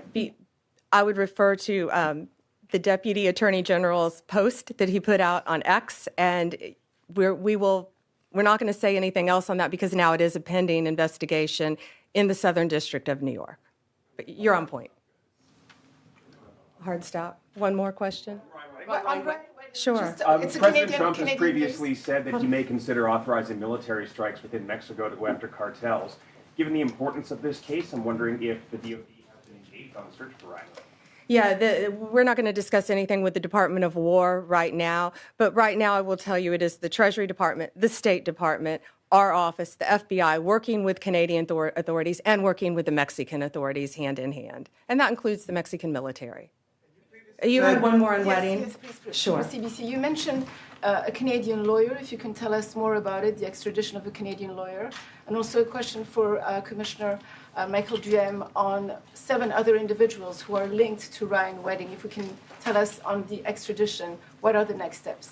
Sure. Do you want to take the Canadian? I think Bill will take the attorney because that attorney is being prosecuted in California, and then I'll turn it over to Director Duhem.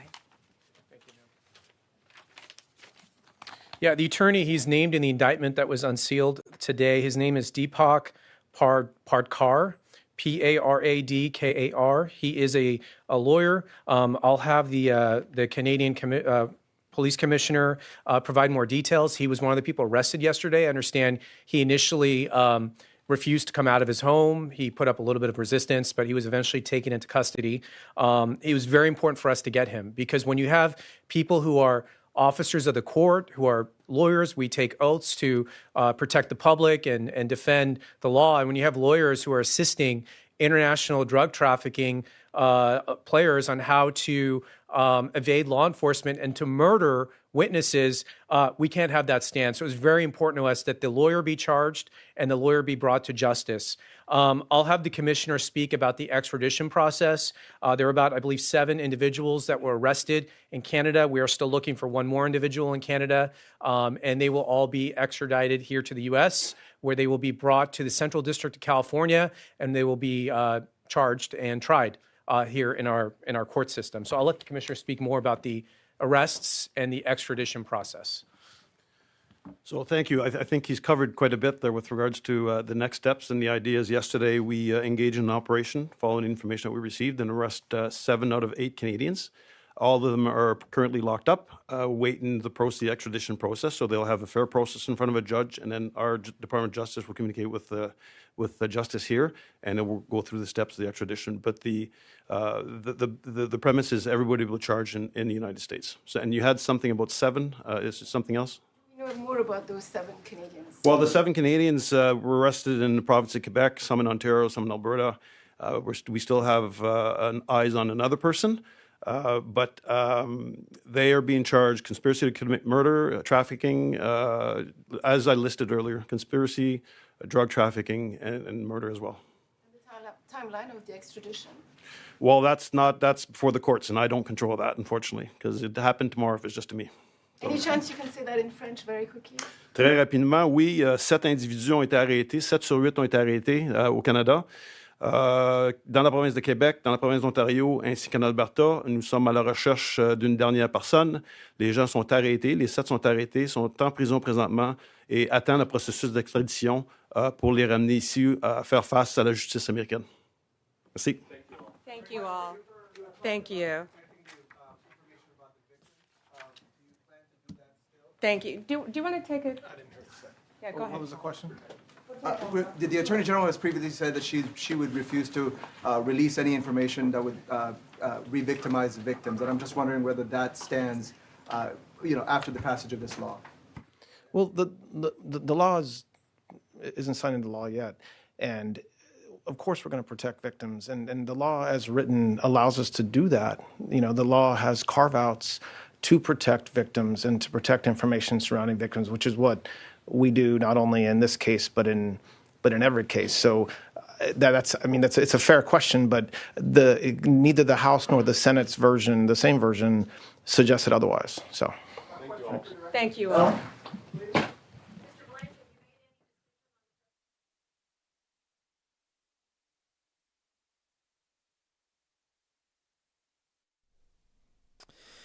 The Department of Justice focusing on Ryan James Wedding, who was a Canadian skier, a winter sport athlete, and is wanted in the top 10 FBI most wanted list for allegedly running a drug trafficking network that shipped hundreds of kilograms of cocaine from Colombia to Canada and the United States. As you've seen, United States and Canadian officials there in conjunction with Mexican authorities not present at the press conference with the Attorney General, the Deputy Attorney General, and the FBI Director, but working together and leaving what seems to be all options on the table. A $15 million reward outstanding for Mr. Ryan James Wedding. If you do approach him, if you do see him, he is allegedly being protected by very, very powerful gangs and cartels. Do not approach, but contact your local authorities. As President Trump to deliver remarks at the United States Saudi Investment Forum at the top of the hour. It's that time of year, and here at RSBN, we know we want to keep you healthy, we want to make America healthy again. A great way to do that is with the common sense medications from allfamilypharmacy.com/RSBN. With cold and flu season and that low-level strain of COVID out there in the stratosphere, don't let sickness steal your holiday splendor and delight. And we want you to have freedom and real choices in regards to your health care here. And that's why the right to try and most favored nation status matters with allfamilypharmacy.com/RSBN, a leading online pharmacy that is not your traditional pharmacy. How so? Well, if you don't have insurance, it's not a problem. No red tape, no bureaucracy, just life-saving generics that are affordable that come right to your door. Reviewed by a U.S. doctor. And again, code RSBN10, RSBN10 to get 10% off to unlock that deal for you and yours. It's ivermectin, hydrochloroquine, NAD+, methylene blue, Tamiflu to antibacterials, antivirals, and emergency medical kits. You could take these on the road with you too if you're traveling for the holiday season. All Family Pharmacy is different. They give you options. They fight for your health to stay prepared and have the right medications on hand before sickness ruins your Thanksgiving turkey day. We all know how it goes. The travel, the cold, the family member that chooses instead of staying home comes to your celebration, even with the sniffles. So why wait until someone makes it miserable for you, scrambling in a long urgent care line? Get these 300 plus medications that can literally save you from a trip to the doctor's office or, God forbid, the hospital or urgent care. While you're out doing your holiday shopping as well with all of those crowds, nice to have this on hand at allfamilypharmacy.com/RSBN. Now, speaking of that holiday shopping, you might have a struggle or two with who to purchase for. I have a couple of those in my family and friend circles. Well, covepure.com/RSBN, a great option. $250 off right now. And what's so special about this covepure.com is the fact that they have Clearwave technology, removing 99.9% of the impurities. We're talking fluoride to pesticides, agricultural runoff, hormone-disrupting blockers like birth control that don't get filtered out in entirety through the water treatment centers. But Clearwave technology does just that with their leading reverse osmosis technologies. This machine lets you choose the temperature of your water, hot, cold, warm, instantly. So if your mom loves tea or even coffee, she's ready every time, especially with the tea, because she doesn't have to wait the 5 minutes to steep and get the kettle to boil, but rather it's ready to go right off the bat on an early, busy morning. When I used CovePure for the first time myself, I was just floored by the fact that it's no larger than a coffee maker. You see it right there. It sits right on your kitchen counter. And it's especially good if you have any members of the family who rent, because CovePure doesn't require any tubes, any drilling of holes, things like that. It can be ready to go right there as you see it with that reverse osmosis technology, Clearwave technology. prepared immediately. So it's just as easy as a coffee maker that you might have at home. So if you're looking for a Make America Healthy Again product and you have a hard time shopping for loved ones in your circle, covepure.com/RSBN is that perfect option with a holiday day sale of $250 off. Drink pure, live pure. covepure.com/RSBN. Scan that QR code there for you now.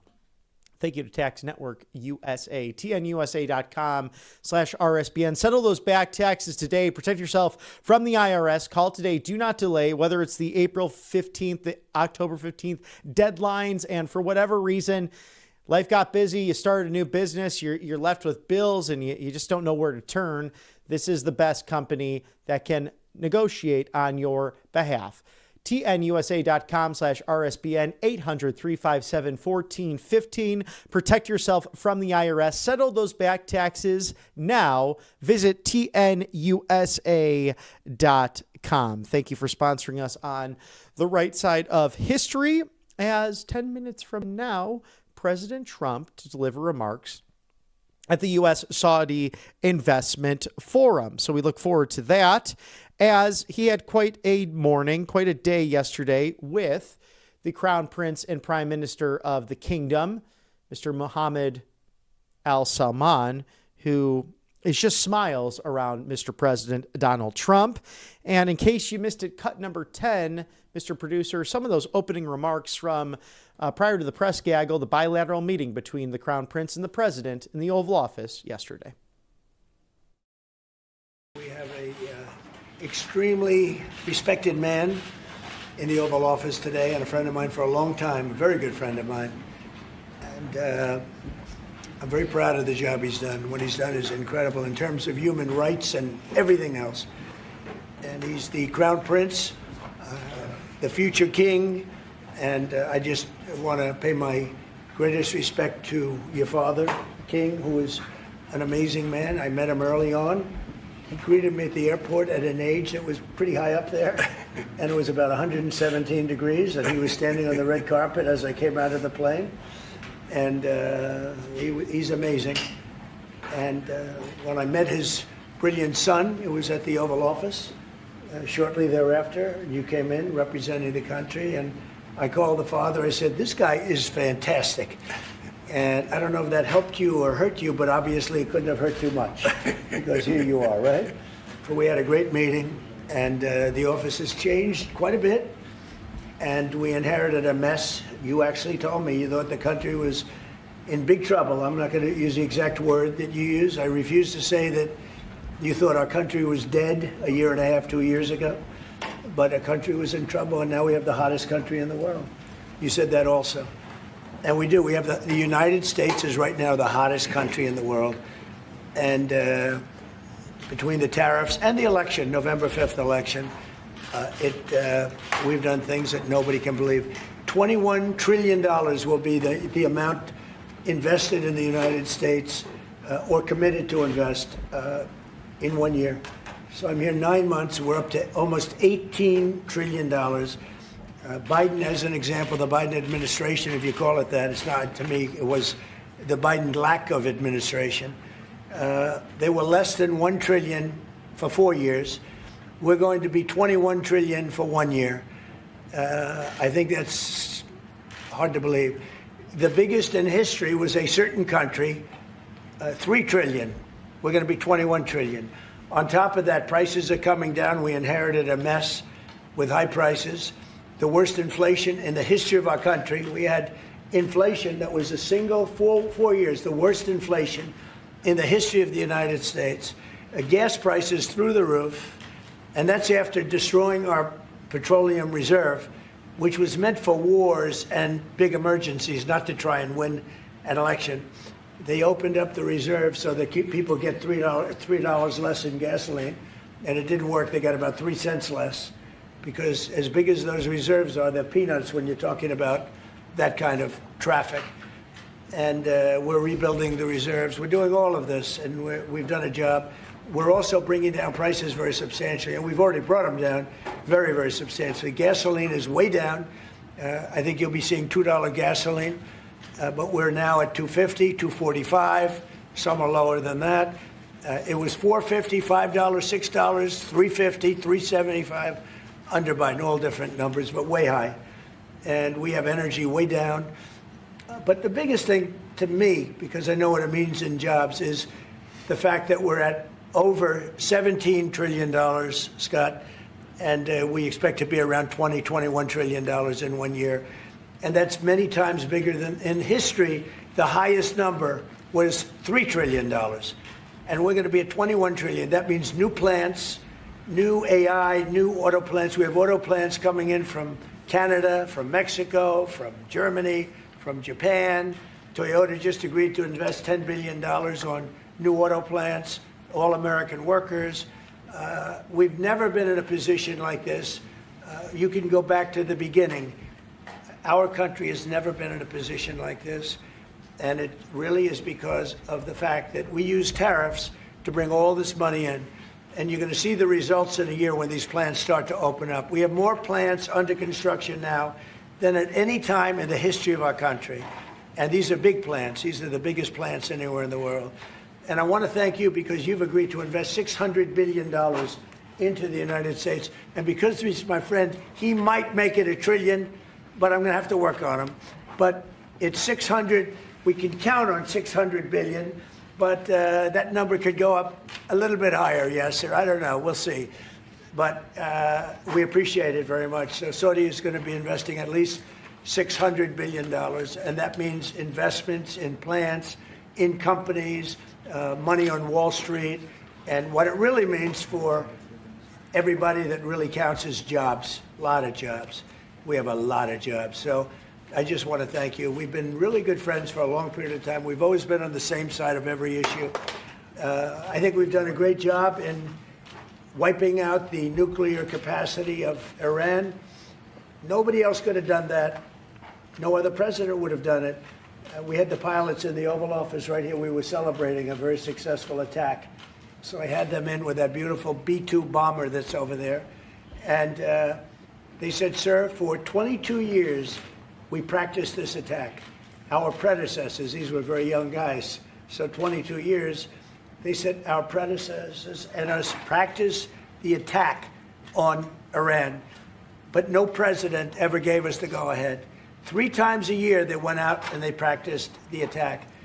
Nobody let us do it until you came along, and I let them do it because it was the right thing to do. You can't have a nuclear Iran. And so we put you in a very good position. But I just want to say it's an honor to be your friend, and it's an honor that you're here. And if you'd like to say a few words, but thank you very much. As we look forward to President Trump's continued remarks at the U.S.-Saudi Investment Forum after meeting yesterday with Mohammed Al Salman, the Crown Prince and Prime Minister of the Kingdom of Saudi Arabia, we implore you to check on that gut health. And the best way to do so is with Brightcore, made in the USA. The FDA says it's keeping Americans safe, but when government power goes unchecked, it's our freedom and our health that pay the price. They say they're protecting and promoting public health, but the U.S. has some of the worst health outcomes in the world, including lowered life expectancy, increased infant mortality, and higher rates of chronic health conditions. Because while bureaucrats and corporations pat each other on the back, the truth is, America's being poisoned. No one can avoid it. Our food and water are filled with toxins, preservatives, and microplastics that leach into everything we eat.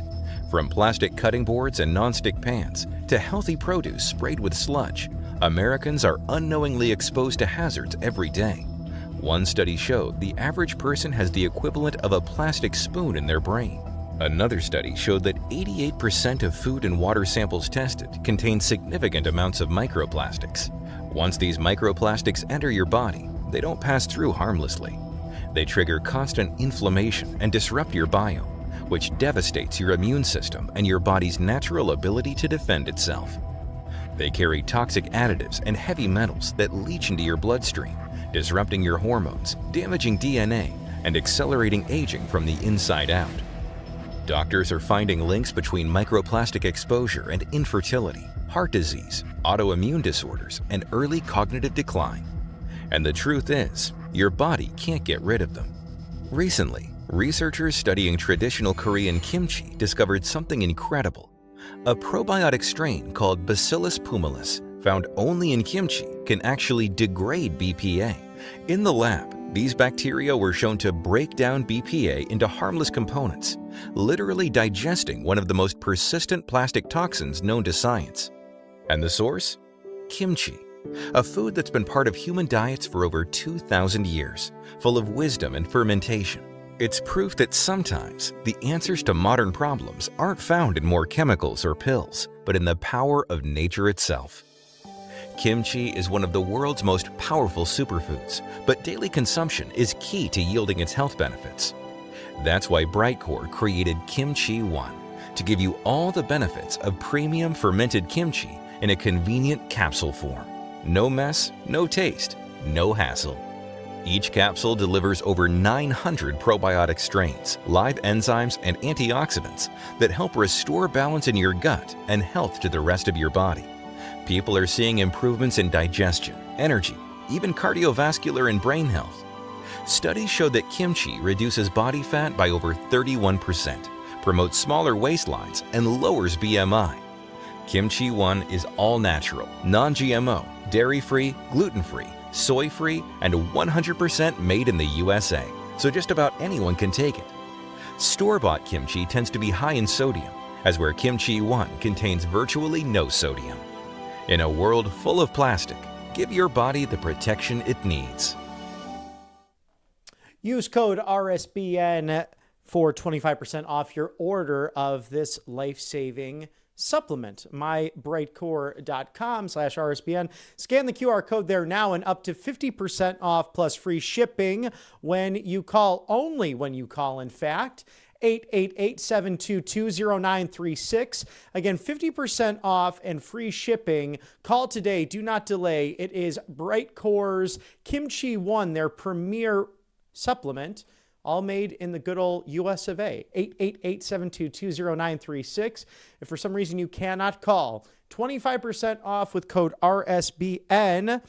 Right there for you. Remember, 50% off when you call. So pick up that phone today. Thank you to Brightcore and Kimchi One. Scan the QR code there to stop the microplastics and to do those cleanses and to keep yourself healthy. Some staggering statistics there, but there is hope with great products like Kimchi One, provided by Brightcore. Thank you for sponsoring us on the right side of history.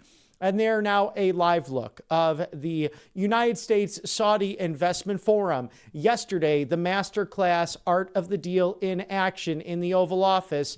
What was initially a $600 billion commitment turned into $1 trillion. As the cell phones and the cameras are out, perhaps that is moments away from wherever the pool camera is leading. President Trump right around the corner. We will take you there live when that does happen. And there he is, the 45th president and 47th president of the United States, and the Crown Prince and Prime Minister Mohammed Al Salman of the Kingdom of Saudi Arabia.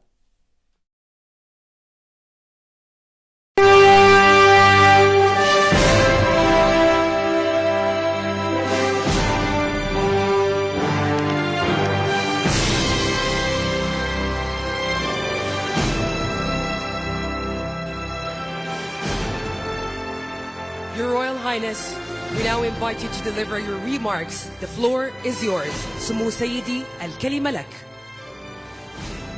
فخامة الرئيس دونالد ترامب، الحضور الكرام، يسعدنا نلتقي بكم اليوم في واشنطن بعد 6 أشهر من انعقاد منتدى الاستثمار السعودي الأمريكي في الرياض، الذي انعقد خلال زيارتكم فخامة الرئيس، حيث وضعنا الأسس لشراكة تقوم على النمو والتنويع الاقتصادي والابتكار، كما وقعنا وثيقة الشراكة الاقتصادية الاستراتيجية بين بلدينا في خطوة تاريخية لترسيخ التعاون الاقتصادي. واليوم يسرنا توقيع اتفاقيات ومشروعات استثمارية جديدة تتضمن قطاعات الدفاع والطاقة والذكاء الاصطناعي والمعادن النادرة والقطاع المالي، مما سيسهم في توطيد فرص وتوظيف فرص وظيفية كثيرة في بلدينا ونمو الاقتصادي في بلدينا. ونتطلع إلى أن يسهم هذا المنتدى لتعزيز العلاقة التاريخية وتطوير مسار الاستثمار بين بلدينا بما يواكب طموحاتنا، وادعوكم إلى اغتنام الفرص الجاذبة التي توفرها الشراكة السعودية الأمريكية، وأشكر فخامتكم على اهتمامكم بتعزيز الشراكة الاقتصادية والتي نثق أنها ستشهد نمو غير مسبوق خلال السنوات القادمة. شكرا فخامتكم.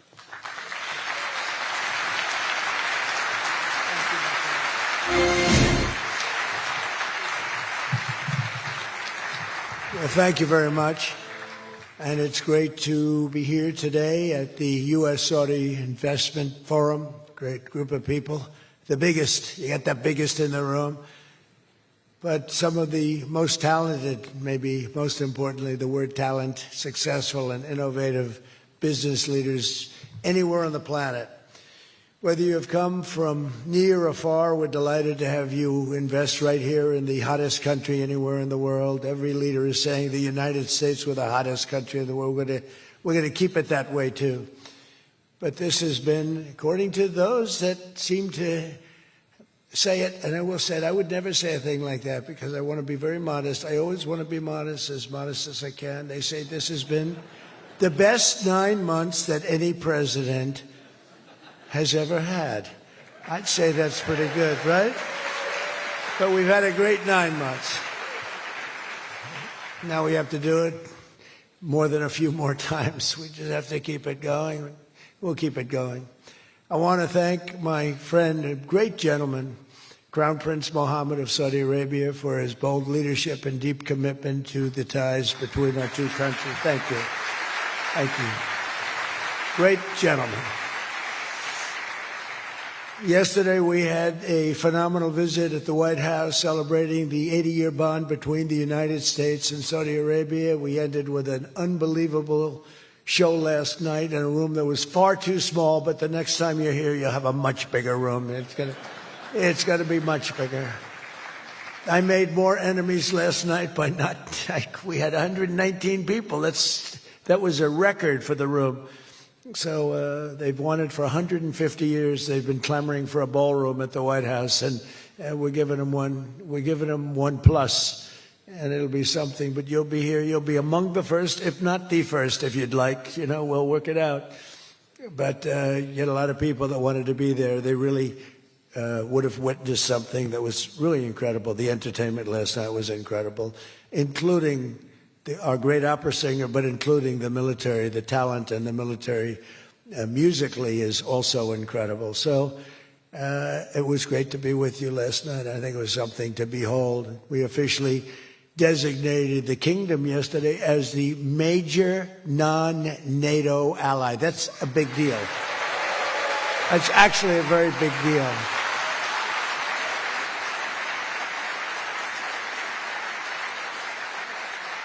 Great honor. That happens seldom, very seldom, if at all. So I just want to congratulate you on that. That's a sign of trust.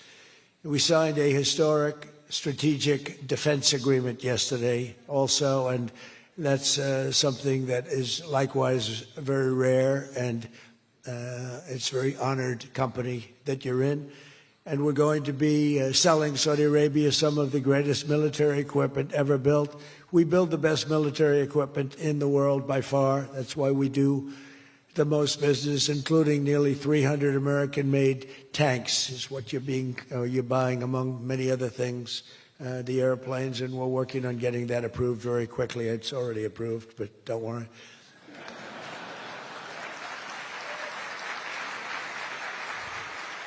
We have to go through a process. The process will take, Elon knows, the process will take about, would you say 24 hours? I think so. You're in good shape, very good shape. The partnership between our two nations is among the most consequential in the entire world, and together the Crown Prince and I are making an alliance stronger and more powerful than it's ever been before. We've had good relationships and, frankly, not good. You didn't have a good relationship with Barack Hussein Obama. You didn't have a good relationship with Sleepy Joe Biden. But you had a great relationship with me, and now it's as good as it was, and probably even better if you think about it, because we took the dark cloud away from your country. It was called Iran and its nuclear capability, and we obliterated that very quickly and strongly and powerfully. But that was a real cloud over the whole Middle East, and now they want to make a deal. They want to make a deal. They want to see if they can work out a deal with us, and we'll be doing that probably. But that was a terrible cloud that you had to live with for a long time.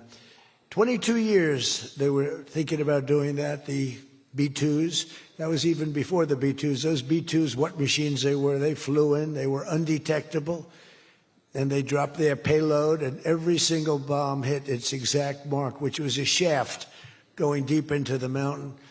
And every single one of them hit, and it was total obliteration. And then I was criticized by some of the fake news for saying the word obliteration was too strong, perhaps. They had no idea. Nobody saw it. 3 days later, when the Atomic Energy Commission went, they said it was total obliteration, beyond obliteration, they said.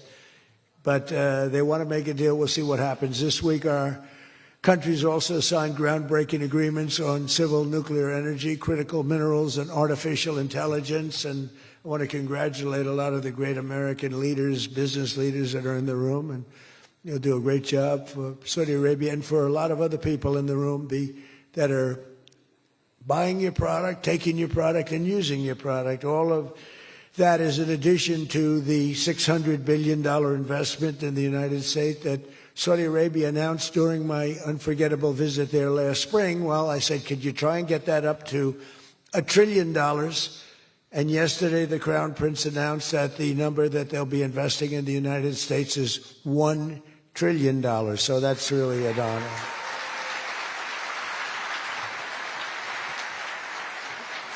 And we just took a picture backstage with some of the great business leaders and some of the great people, friends of mine from your country, and beautiful picture. And while we were taking the picture, I said, could you make it 1.5 trillion? So he's got something to think about. I don't know. We'll get something. I think we'll get something, Scott, right? But many of you in the room are playing a key role in making these projects happen, and we're told that $270 billion in agreements and sales are being signed between dozens of companies, and that's just happening today, $270 billion. That's big stuff.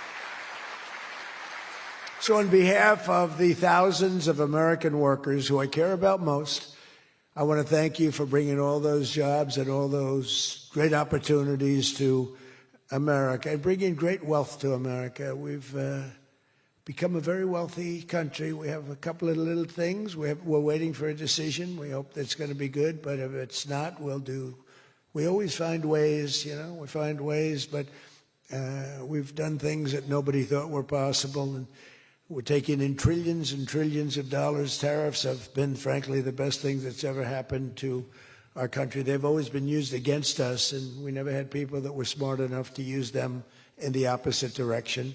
But now you do, and we have taken in trillions of dollars, and it's been absolutely amazing. We're going to be doing a dividend to the people, low and middle income, moderate income people, of at least $2,000. In addition to that, we'll be paying down debt very substantially. It's the kind of money we're taking in.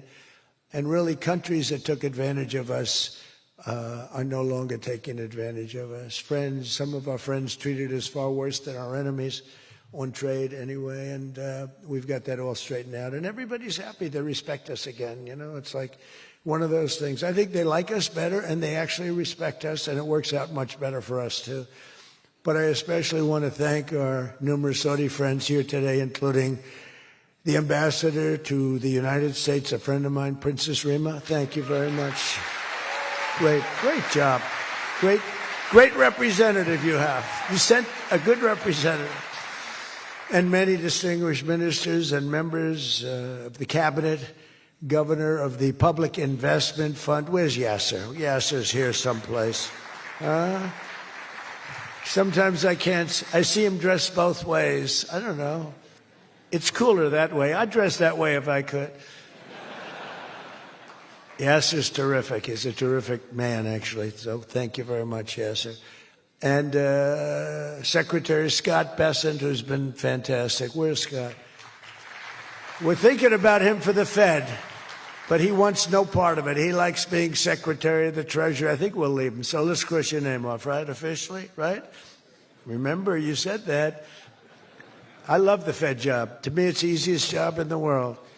You play golf for 28, 29 days, then you go and make a little speech, tell everybody, in the case of the current guy, the wrong information because he has no clue. But if you have good instincts, it's all based on instincts. I see they want to hire 3,000 economists, 3,000, to report to the Fed chairman. What are they going to do? Take all this information? 3,000 economists. That's why they're spending $4 billion on renovating a building that should have cost $25 million to do.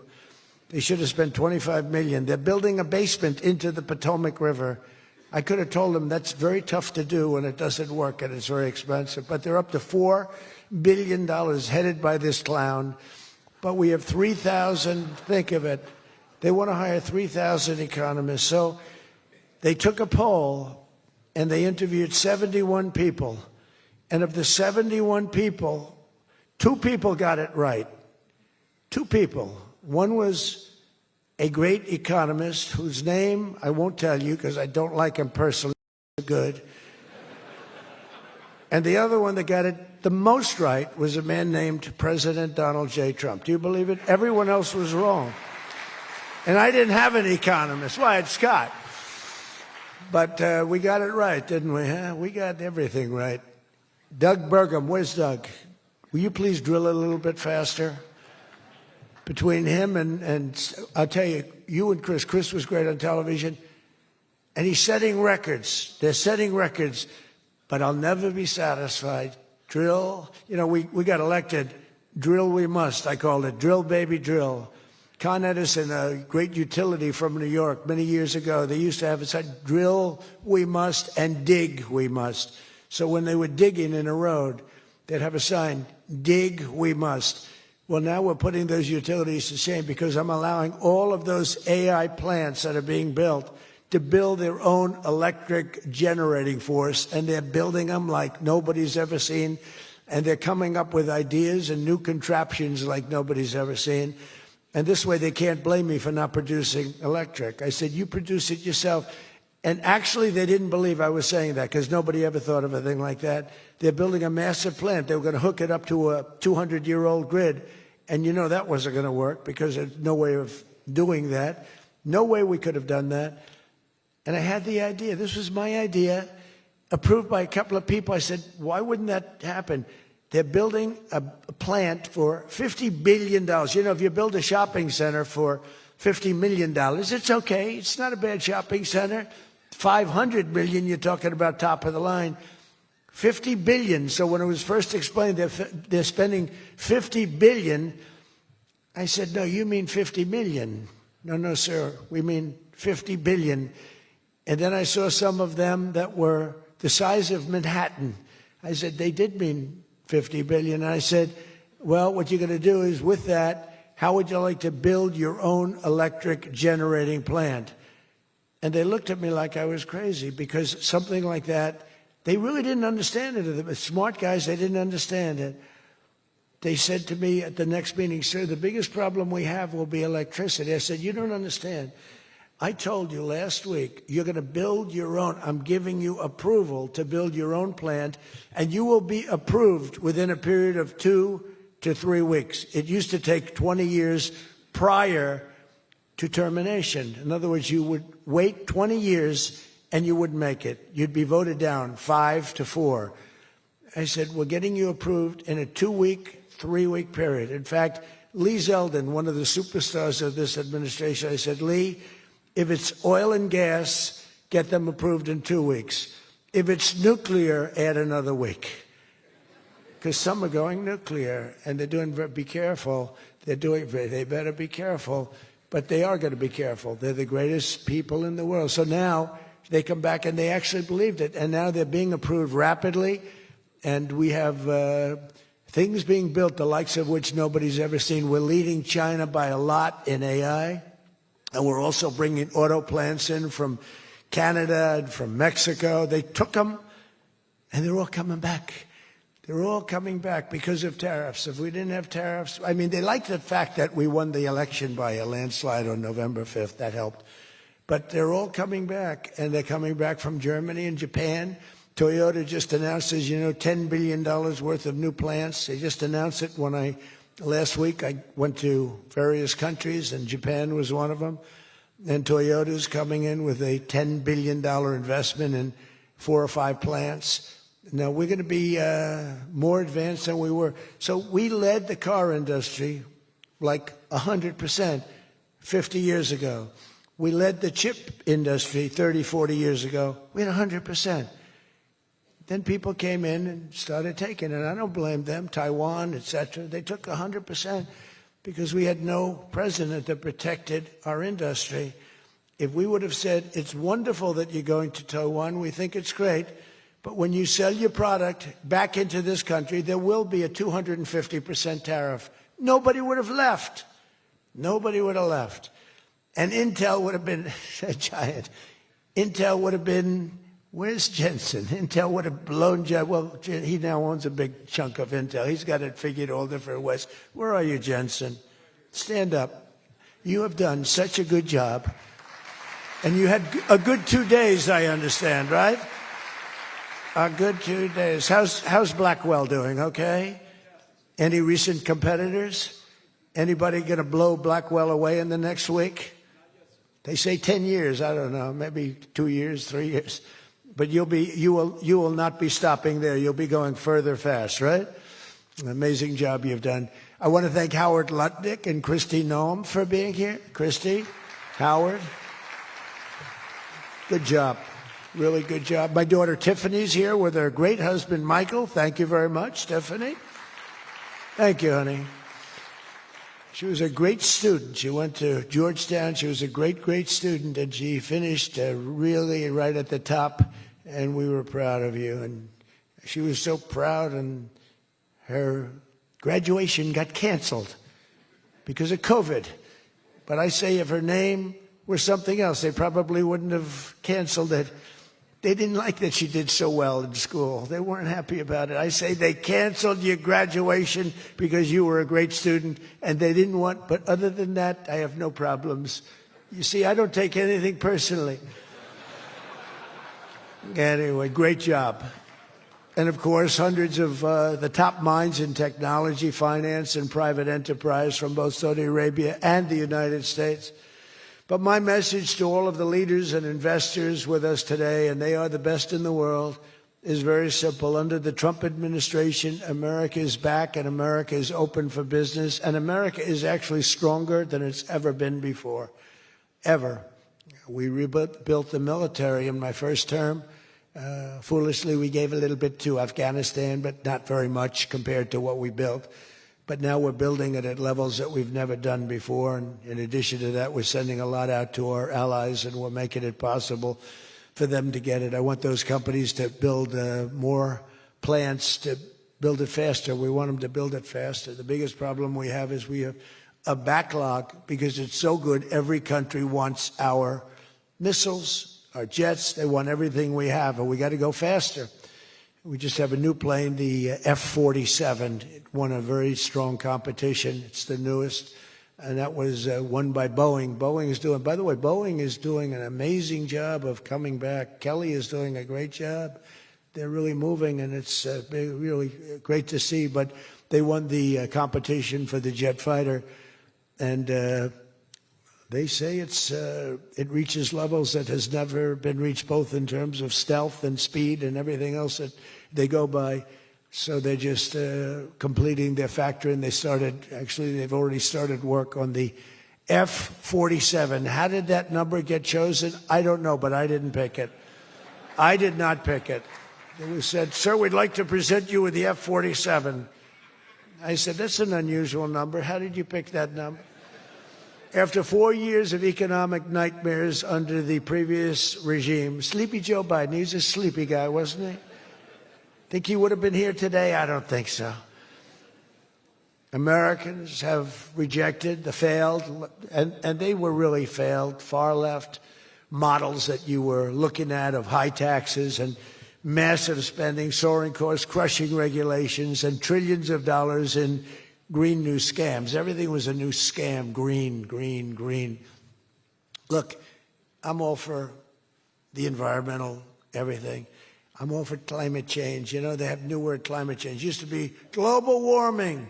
It's global warming. Well, that didn't work because it started coming down. They did the global cooling thing. Then they just said, we can't keep up with this. It's too much. So we'll go, perfect words, climate change.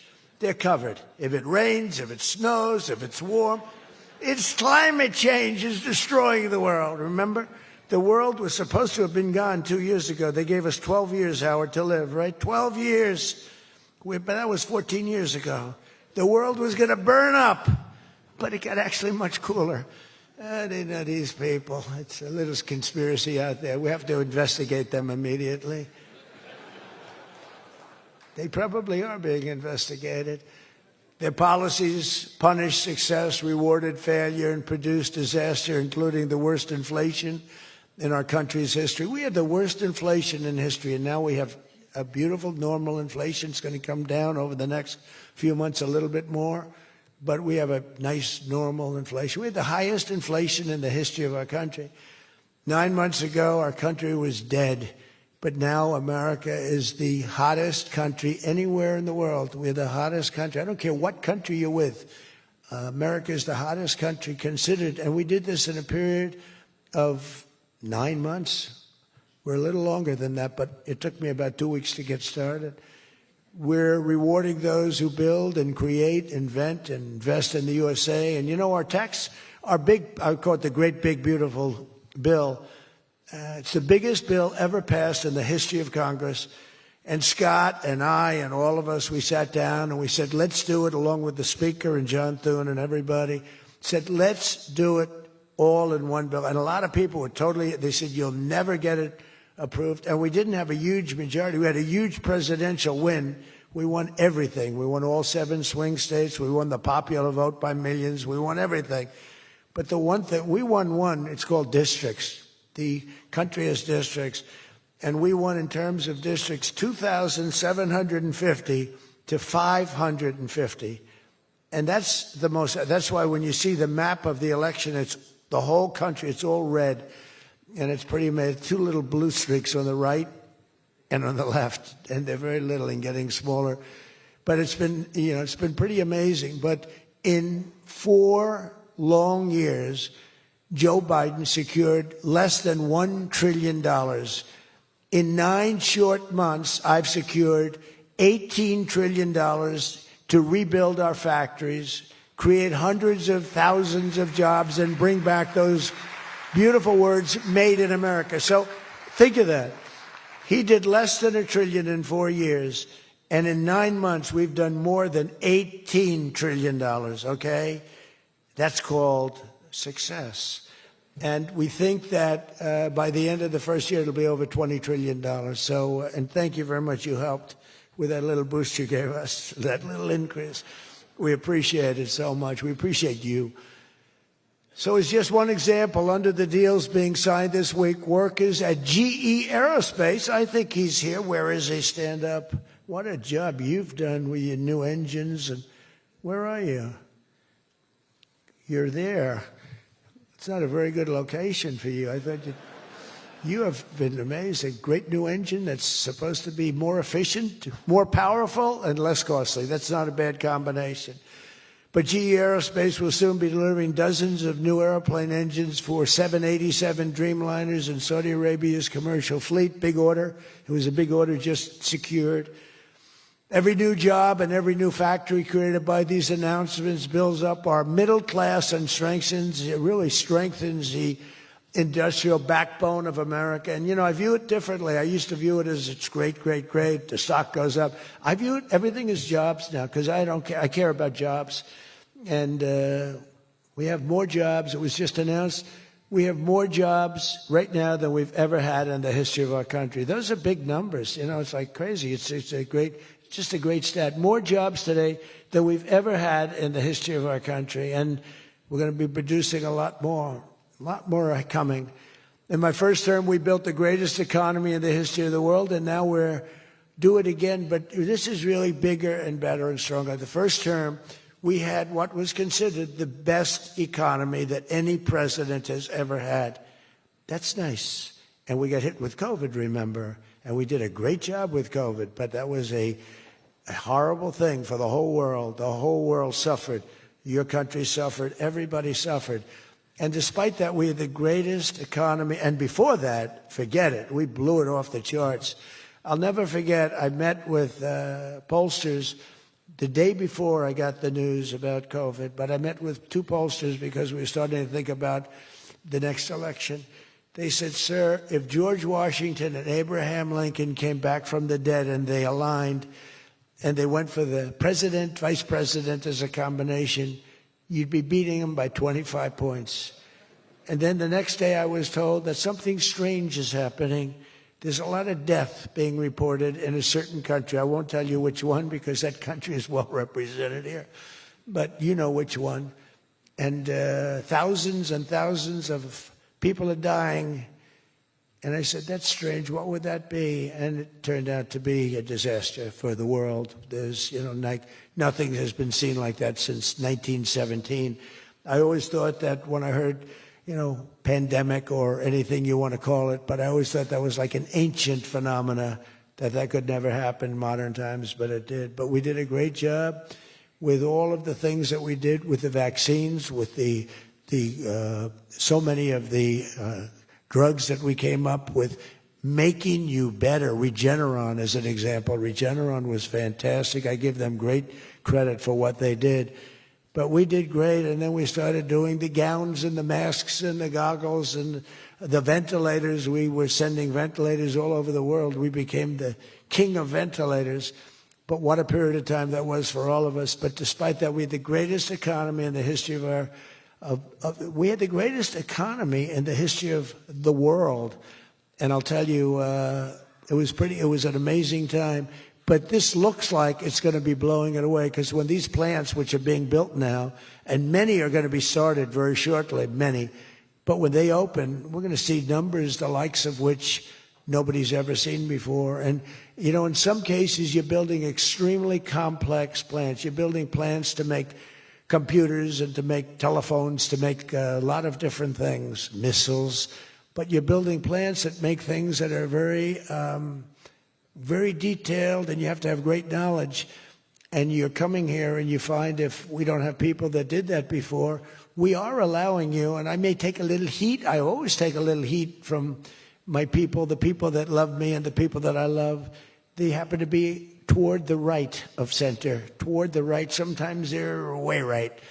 But if you have to bring people to get those plants opened, we want you to do that, and we want those people to teach our people how to make computer chips and how to make other things. You can't come in, and I'm explaining, you can't come in, open up a massive computer chip factory for billions and billions of dollars like is being done in Arizona, and think you're going to hire people off an unemployment line to run it. They're going to have to bring thousands of people with them, and I'm going to welcome those people. Now, I love my conservative friends. I love MAGA, but this is MAGA. And those people are going to teach our people how to make computer chips, and in a short period of time, our people are going to be doing great, and those people can go home where they probably always want to be. When people are born someplace, they tend to want to go, and we have the greatest country in the world, but they want to go.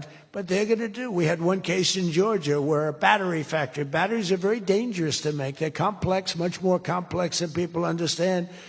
And they spent $1 billion to build a factory, and they were told to get out. And I said, stop it. Don't be stupid. And we worked it out. And now they're teaching our people how to do it. But they're going to have to spend, Jensen, I don't think you can open up a big plant with your friend from Taiwan where we're going to have 40 or 50% of the computer chip business I don't think you can do that with people that don't even know what a chip looks like. Do you agree with that? So somehow, the people that are against us are really, really smart. They're unbelievable patriots, but they just don't understand. Our people have to be taught. This is something they've never done. And we're not going to be successful if we don't allow people that invest billions of dollars in plant and equipment to bring a lot of their people from their country to get that plant open, operating, and working. I'm sorry. So my poll numbers just went down, but with smart people, they've gone way up. They've gone way up. And I mean that. So for those of you that are doing the plants, you're going to have all the help you need, and you're going to do a great job. And you're going to teach our people how to do it, and our people are going to be just as good as your people ever were in not such a long period of time. Since the election, the stock market has set, and this is a little more than 9 months, 46 all-time record highs. And the growth is now amazing, and it's lifting up the Americans and American economy like nobody's ever seen before. It's the biggest. There's never been a period of time like this. Wages for hourly workers are rising at the fastest pace in 60 years, and real wages for construction workers are up $2,200 a year, and that's good, and that's spending. They're going to spend. They're going to buy many of the things that you're making. In 9 months, we've lifted over 600,000 Americans off food stamps, and that's happening rapidly. You know, when we had the problem 2 weeks ago on the SNAP, and they talked about all of this, the numbers. So when I left, which was a rigged election, by the way, but that's okay. You know, they used to go crazy. I'd say rigged election. Oh, nobody complains anymore because now they realize it was, and it's been proven, and it continues to be proven. But when I left, that number was $7 billion. Now it's $47 billion. That's Biden. So if you think about it, if Kamala, who's the same basic thing, grossly incompetent, he was incompetent, they're all incompetent because their policies are incompetent. Open borders, men playing in women's sports, transgender for everybody. I mean, they got the worst policy. I don't talk about it too much because if I talk about it, they might change. So, no, I don't talk about it. I tell people, don't talk about it. Wait till 2 weeks before the election and hit the hell out of them. Right? We talked about that, right, Elon? He said, we wait 2 weeks before. It's almost like you're in a war. Don't shoot yet. Don't shoot. Hold your fire. The enemy's rushing. Hold your fire. Don't shoot. Okay, now you can go. 2 weeks before. But I watched a guy the other day, a congressman, fighting for men playing in women's sports.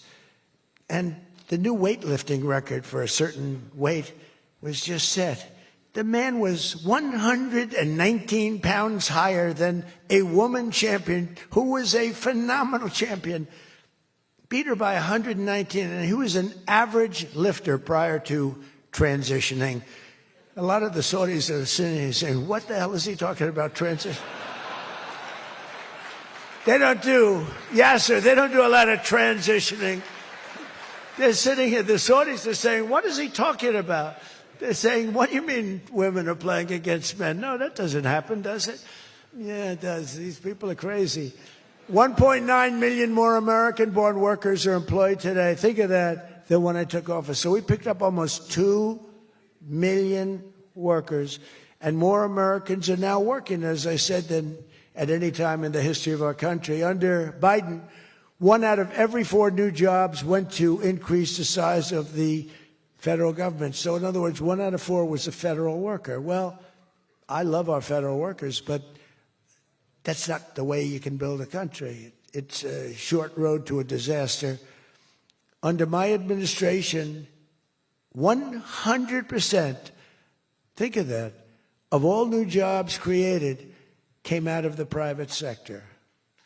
In fact, the federal government, we cut thousands and hundreds of thousands of jobs out of the federal government. Now, if I wanted to do something for purely political reasons, I'd say, Susie, let's hire a couple of million federal workers.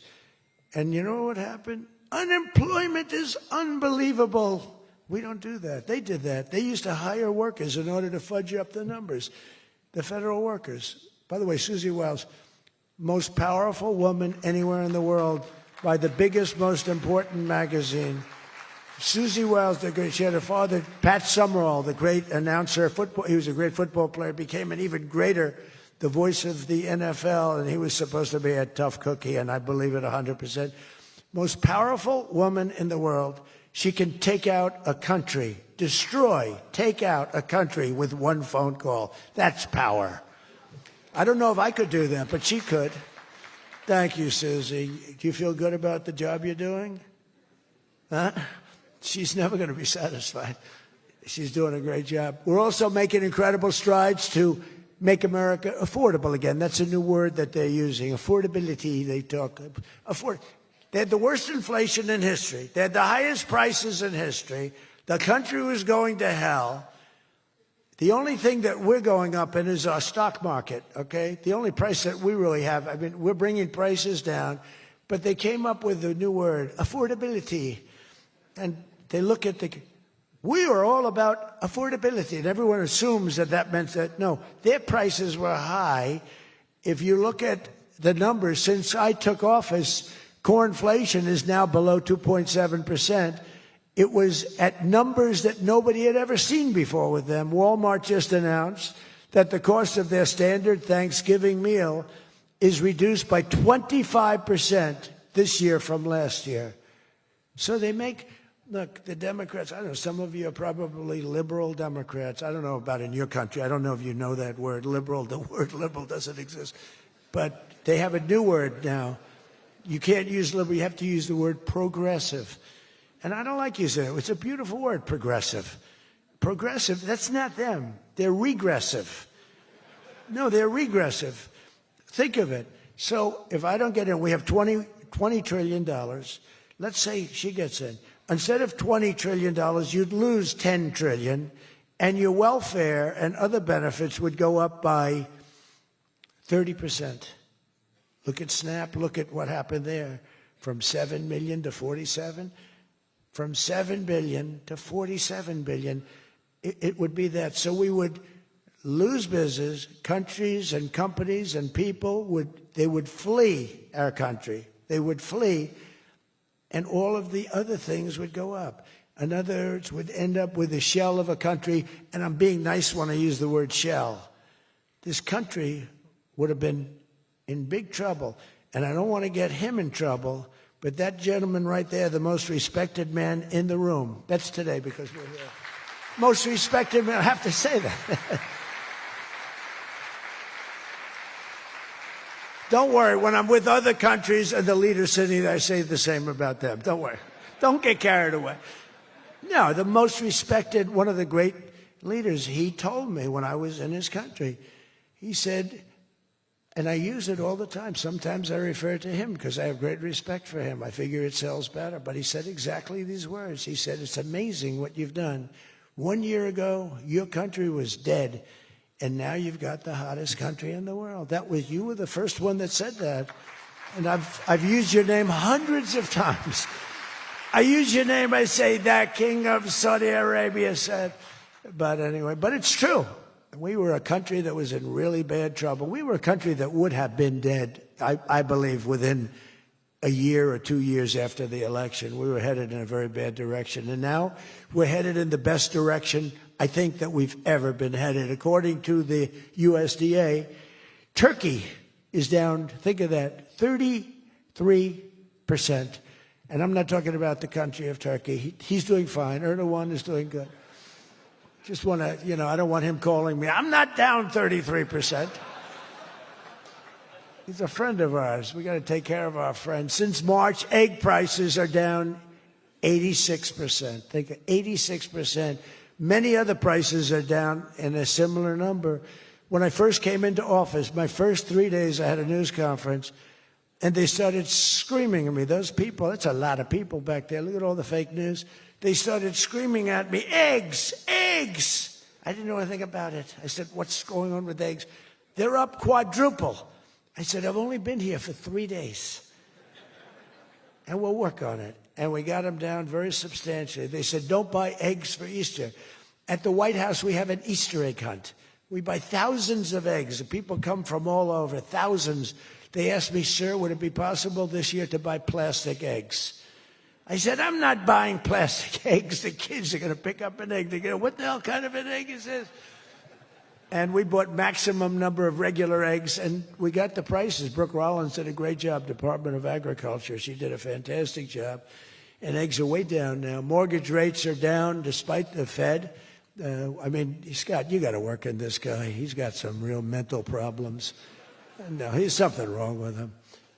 It's just sweet. I'd be honest, I'd love to fire his ass. He should be fired. Guy's grossly incompetent.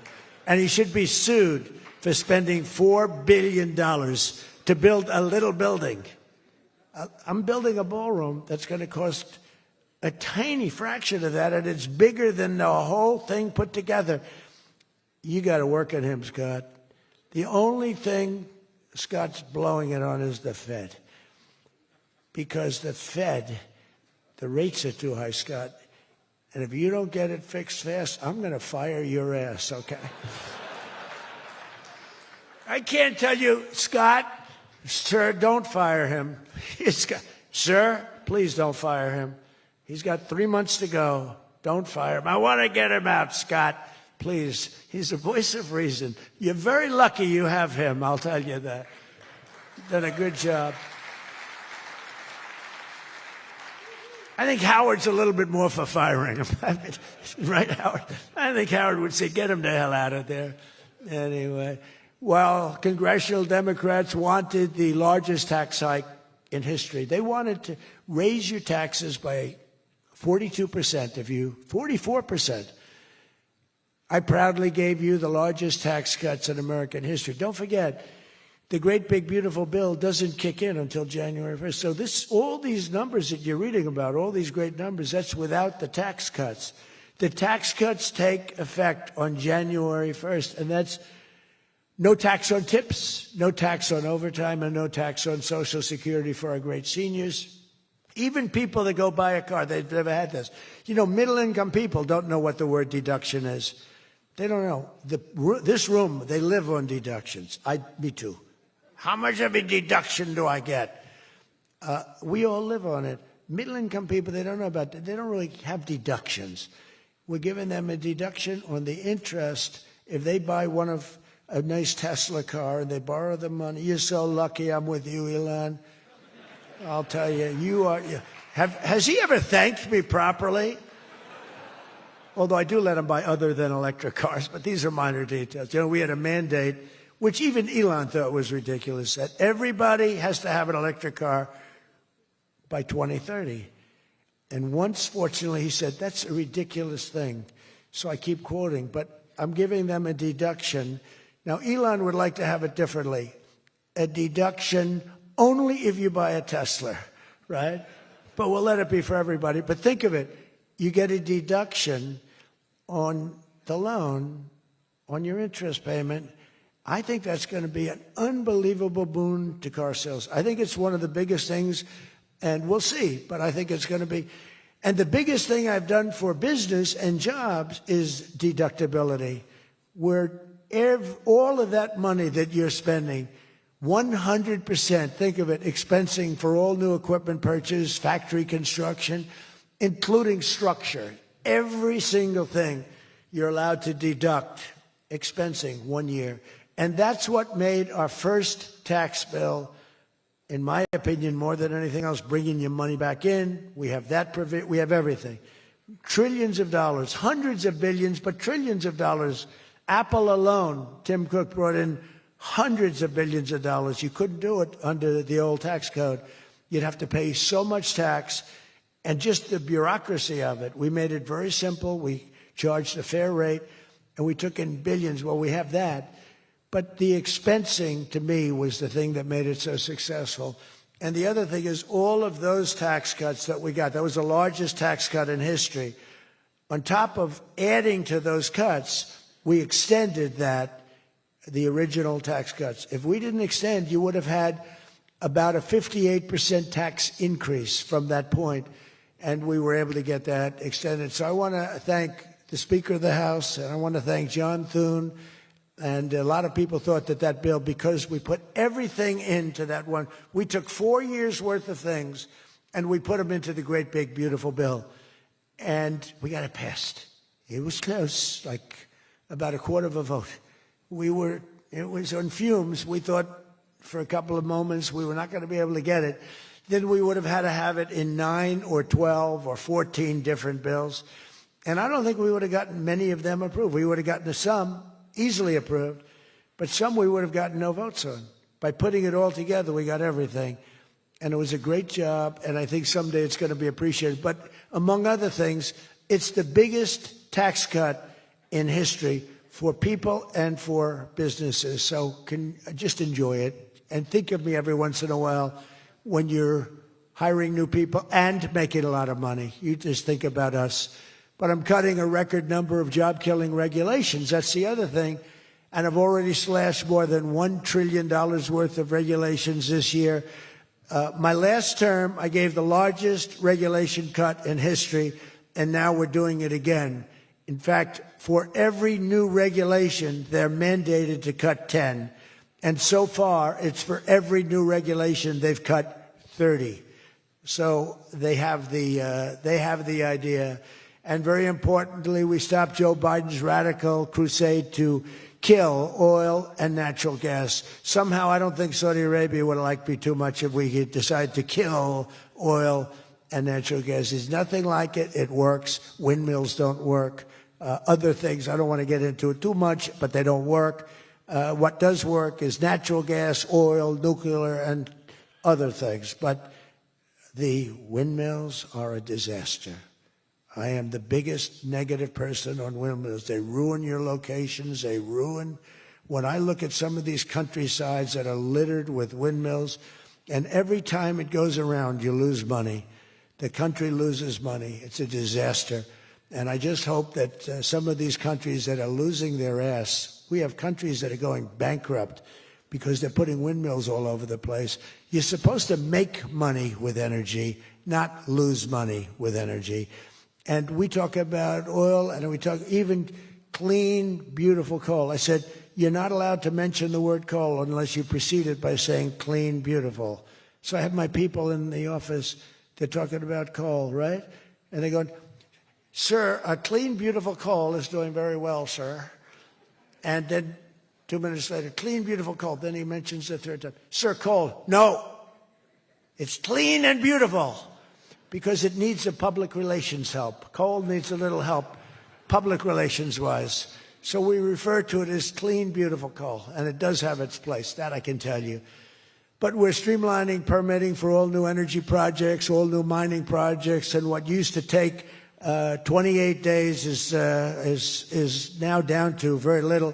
But we had times when, not 28 days, we had times when things would take 14, 15, 16, and even 20 years to get approved. We have a maximum day, 28 days. That's the maximum it'll take. It'll never take more. You can come in with $1 trillion factory. You can come in with what it takes, a maximum of. You don't have to go years and years and years, be abused by bureaucracy. If you build a plant now, you're going to have your plant done within 28 days. And a lot of you are all, because I see everyone shaking their head, you're all agreeing. We're getting you approved by very smart people quickly. You know, when you used to walk in with plans done by the best engineers in the world, thousands of pages, and drop them on some guy who's been there for 28 years approving environmental impact statements, and he's looking at pages that he's never seen, and he's supposed to approve it. He has no idea what the hell is in those pages. So we know what we're doing. We're going to get maximum is 28 days. That's why we have so much under construction, and people can't believe it. They can't believe it. And again, remember what I said, most important thing, you're building your own electric plant. You're really becoming a utility in addition to doing what you're doing. But you're building all of the excess, all of that energy, all of that electricity is being built. And your excess electricity, you can sell back to the federal grid. So we even make it there. Under the deals being signed this week, the world's two leading energy superpowers, America and Saudi Arabia, are partnering on energy like we've never partnered before. American Saudi companies represented here today are joining on liquefied natural gas, infrastructure, constructions, and making both of our energy sections, our sectors are becoming so strong. Just a quick story. In Louisiana, when I first time I got there were two massive LNG plants. One was under review for 14 years and was being rejected. The other one was for 18 years. The people of Louisiana, Doug, you know exactly what I'm talking about. And one was $20 billion, one was $24 billion, like the biggest things, like 3 Empire State Buildings lying on its side. It was massive. And I said, whatever happened with those plants? Well, sir, they're under review. How long has it been? 14 years and 17 years. And they had given up. Massive investments were being made by other countries and the richest people. They couldn't get them approved. I got myself involved. Right, Doug? The first one, I got approved in 1 day. The second one, I got a little cocky. I took my time. It took me 1 week. And they're both operating today, and they're tremendously successful. I got one. Think of it. After 14 years, I was in office. I got involved. I got it done in 1 day. And it's been a tremendous success and made a lot of money for our country and for a lot of other people. And the other one took 1 week to get done. That one was under review, I think, for 14 or 15 years, both of them. So I'm very proud of that, actually. I also proudly ended the ridiculous Biden-era restrictions on artificial intelligence, and we will work closely with friends and partners like those in this room to build the largest, most powerful, most innovative AI ecosystem in the world, and we are going to work it so that you'll have a one approval process, not have to go through 50 states in the United States. You know, you can't go through 50 states. You have to get one approval. 50 states is a disaster because you have one woke state and you have to do all woke. You'll be back into the woke business. We don't have woke anymore in this country. It's virtually illegal. But you'll have a couple of wokesters, and we don't want to do that. We want to get the AI done, and I'm working with David. David's done a fantastic job. If he's here, I think he is. He is. Thank you. David's done a fantastic job. But we want one approval, one, and hopefully you have the right guy in the federal government. Hopefully you have the right president, but you have one approval, one approving body, not 50, not, hundreds of people all over the country looking at what you're doing. And basically you're forced to take the worst and the most onerous, right, Jensen? Are you happy with that, Jensen? Thank you. If Jensen's happy, I'm happy. But it's very important. We have to do that. And we have a couple of very good, very well-meaning senators that think every state should have a right to approve. We're not going to do that because that will not allow you to do what we have to do.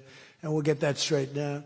Together, the United States and Saudi Arabia are unleashing really the most incredible new prosperity together. And we're also making history and forging peace. And I've settled 8 raging conflicts, 8 wars. I've settled 8 wars. I have 1 to go. You know what that one is. I thought that was going to be my easy one because I have a good relationship with President Putin, but I'm a little disappointed in President Putin right now. He knows that. I thought that was going to be the easy one. I settled 1 war, 36 years. I got it done in 1 day. I had another one, 32 years, millions of people killed. Even Congo and the Rwanda, they had 10 million people killed. It was out of control. I got that settled. I have a man's father who happens to be in this room doing a great job, right? Got that settled. I settled 8 wars. And I'll tell you, His Majesty would like me to do something very powerful having to do with Sudan. It was not on my my charts to be involved in that. I thought it was just something that was crazy and out of control. But I just see how important that is to you and to a lot of your friends in the room. Sudan, and we're going to start working in Sudan. I didn't think that that was one that was going to be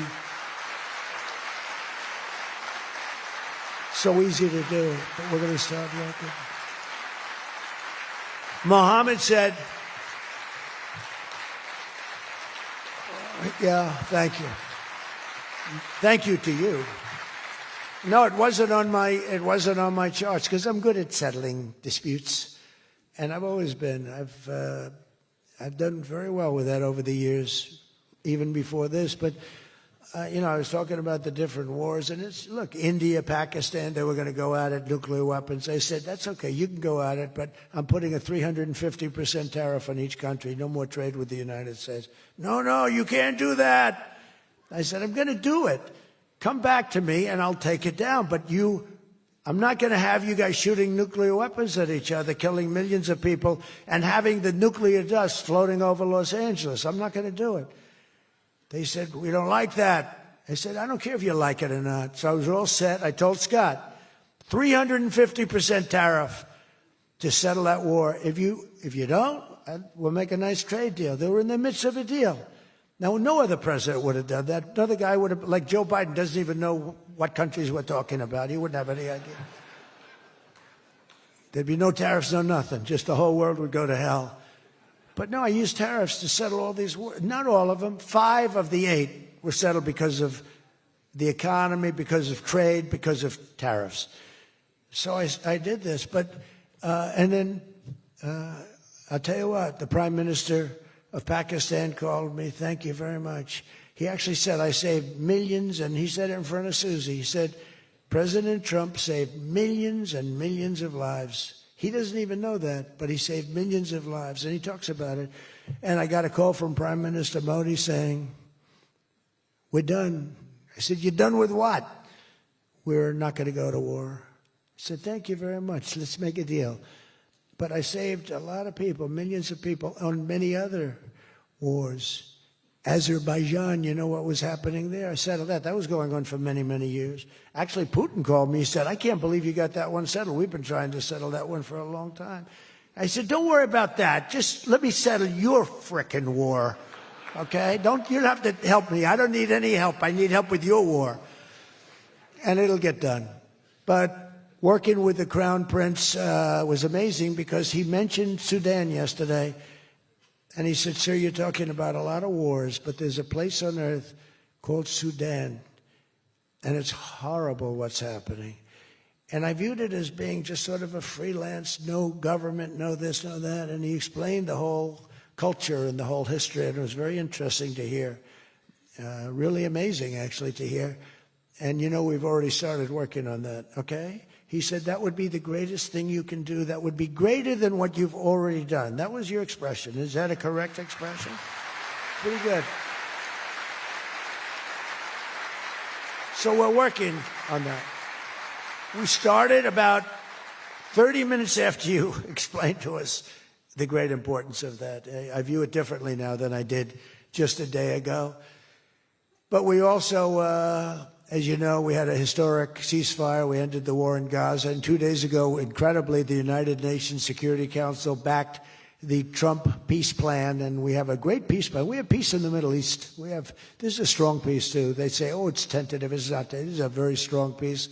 We have 59 countries signed on. And when there's problems, I'm getting calls from countries. They want to go in and lead the fight to solve the problem if we have any problems. But right now, it's looking very good and They endorsed the United Nations, what's called the Board of Peace, chaired by a person called Donald J. Trump. I accepted the chairmanship. They asked me to be chairman. That's what I needed. It's just a little more work. But it's a great honor. That'll be the greatest board ever assembled. When you see this board will blow every board away. And I believe we're going to be lucky enough to have the Crown Prince be a very distinguished member of the board. But we're going to have the heads of the Board of Peace, and I think it will go long beyond Gaza and the Middle East. I can see that going long beyond.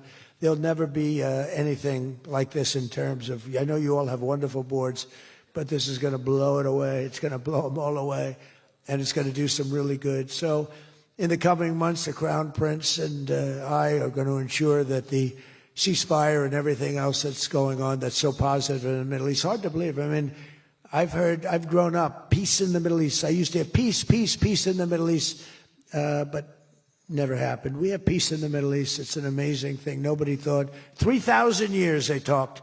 Nobody thought it would happen. In just 9 months, our administration has achieved more than most other administrations achieve in 8 years. And we're leading again in just every country. We want to win. We want to win for you. We want to win for ourselves. We want to help our allies. We want to change our enemies. We want to change our enemies. I'm being nice when I say it that way, but we want to change them. And if they don't change, we're going to be nasty. But hopefully we're not going to have to be nasty. But we want the world to prosper. We want the world to be safe. Our alliances are flourishing like they haven't before. And, you know, they're respecting America again. They didn't respect us. We were like a bunch of stupid people. We had a president that couldn't get up and talk, couldn't walk up a flight of stairs. We had people that didn't know what the hell they were doing. We were an embarrassment all over the world.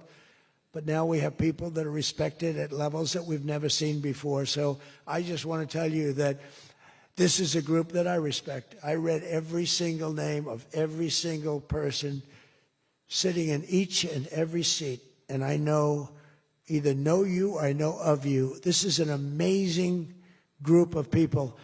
And it really is headed by that gentleman sitting right smack center with 2 seats in between him. He wants plenty of room.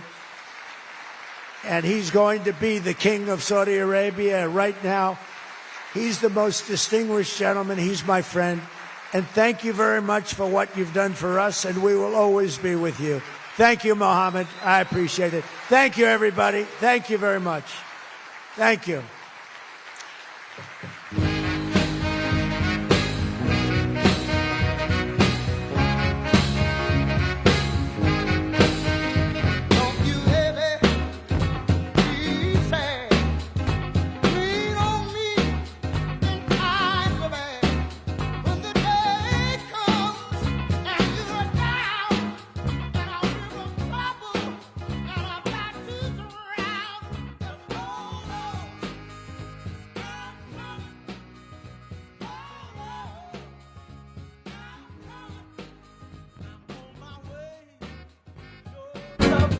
And a star-studded speech by President Trump at the United States Saudi Investment Forum. Lots to take there, all the successes led by a Republican Congress on top of this strengthened alliance that has lasted nearly 9 decades.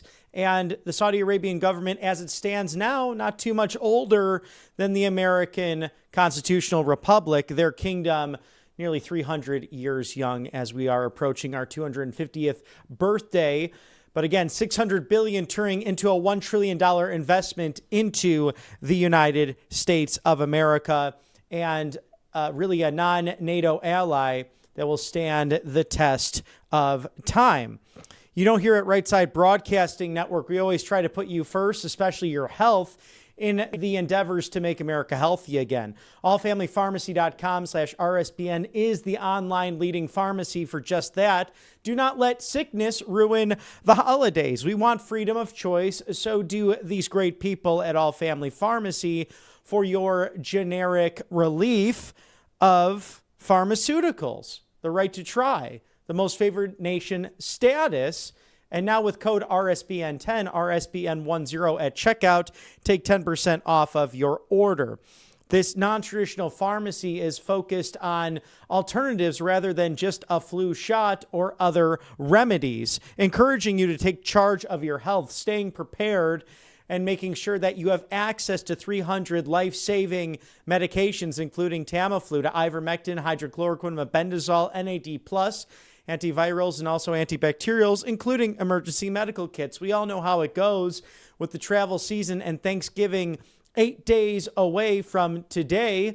Someone might have that coldness or a sickness or something happening, and then the entire household is sick for the holidays. You don't want that to happen, so why wait for someone to be miserable and in that condition when you can have your medicine cabinet stocked or even travel with these life-saving meds? Those pharmacy lines, those urgent care lines, they get long this time of year. So be ready with allfamilypharmacy.com/RSBN while you're out doing your holiday shopping. Add this to your list. No insurance, no problem. It's no red tape, no bureaucracy. Simply life-saving medications ready to go for you with code RSBN10. Scan the QR code there.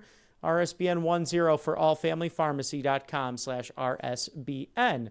With wealth security and financial calamities really happening throughout the world, and the BRICS nations divesting from the American dollar to central banks buying up gold and silver like never before, including the fact that the American dollar losing 40% of its purchasing power in the last 2 decades. Heck, we've stopped printing copper for pennies. Pennies are no longer a thing, not longer a hot commodity, as it roughly would cost 3.7 cents to produce that 1 cent valued coin. So Monetary Gold is the best in the business for you to obtain gold and silver, to diversify in your savings and what you've worked hard for, your salary, your pensions, everything you've spent years accumulating.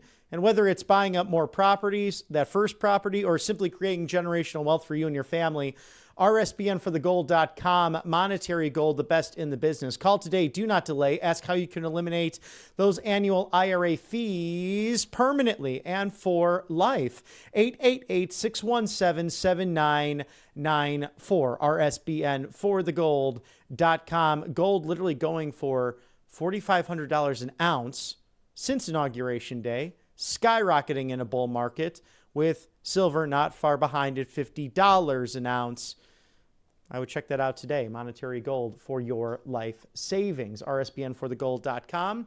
Thank you as well to our dear friends at angelpaste.com, the miracle cream that is the original vitamin B infused, non-GMO, no chemicals. Also the orange option, the same exact thing, non-GMO, no chemicals, just beautiful vitamin C to nourish you during this time of year. And while these creams are good all year round, perhaps they're best right now during the colder temperatures and when that dry skin hits, and when those cold and flu seasons tend to be really predominant with the holidays. Angelpaste.com. Based out of Spring, Texas, they are Christian-owned. They hire veterans in the Lone Star State and throughout our country.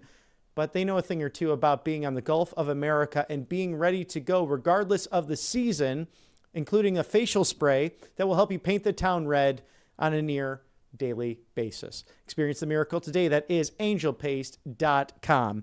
Thank you for sponsoring us on the right side of history. In case you missed it, we can go to cut number 12, Mr. Producer. Attorney General Pam Bondi announcing one of the top 10 most wanted in the FBI, a former Canadian skier, snowboarder, and Canadian Olympian who is allegedly drug trafficking throughout North America. Today, we're unsealing a new indictment charging Wedding with 2 additional counts of witness tampering and intimidation, murder, money laundering, and drug trafficking. The website that was used to hunt down this witness and his wife, that has since been removed. That has been deleted. Protecting federal witnesses from retaliation is core to the department's mission. It's about individual safety, but more, it's about protecting the rule of law itself. The new indictment also includes several other individuals involved in the murder of the witness and other crimes in connection with this criminal enterprise. You're going to be hearing more about that from the people behind me. We're working very closely with our partners at the State Department and the Department of Treasury. The State Department has raised the reward for Ryan Wedding from $10 million to $15 million. We're offering $2 million rewards for information leading to the arrest of those involved in the murder of the witness. You do not get to be a drug kingpin and evade the law. Make no mistake about it. Ryan Wedding is a modern-day iteration of Pablo Escobar. He's a modern-day iteration of El Chapo Guzman. This Justice Department and this FBI will work with our Canadian counterparts and the government officials across the world to bring him to justice. He is responsible for engineering a narco-trafficking and narco-terrorism program that we have not seen in a long time. He will not evade justice. We are here today because this Department of Justice, behind Attorney General's brilliant leadership and the Deputy Attorney General, have made it clear to the American people with the indictments they have brought that law enforcement and agencies like this FBI will lead the effort to go out there and make sure these animals are brought to justice. And that's exactly what we will do. This step, this interagency step, is a huge, huge step towards obtaining justice for so many American lives lost and so many American lives saved. Thanks to the courageous efforts of law enforcement. This is what a great team looks like, working together for the American people under the motto that President Trump set forth to make America safe again. It's incredibly humbling for this FBI to be a part of it and to lead out the efforts on Ryan Wedding.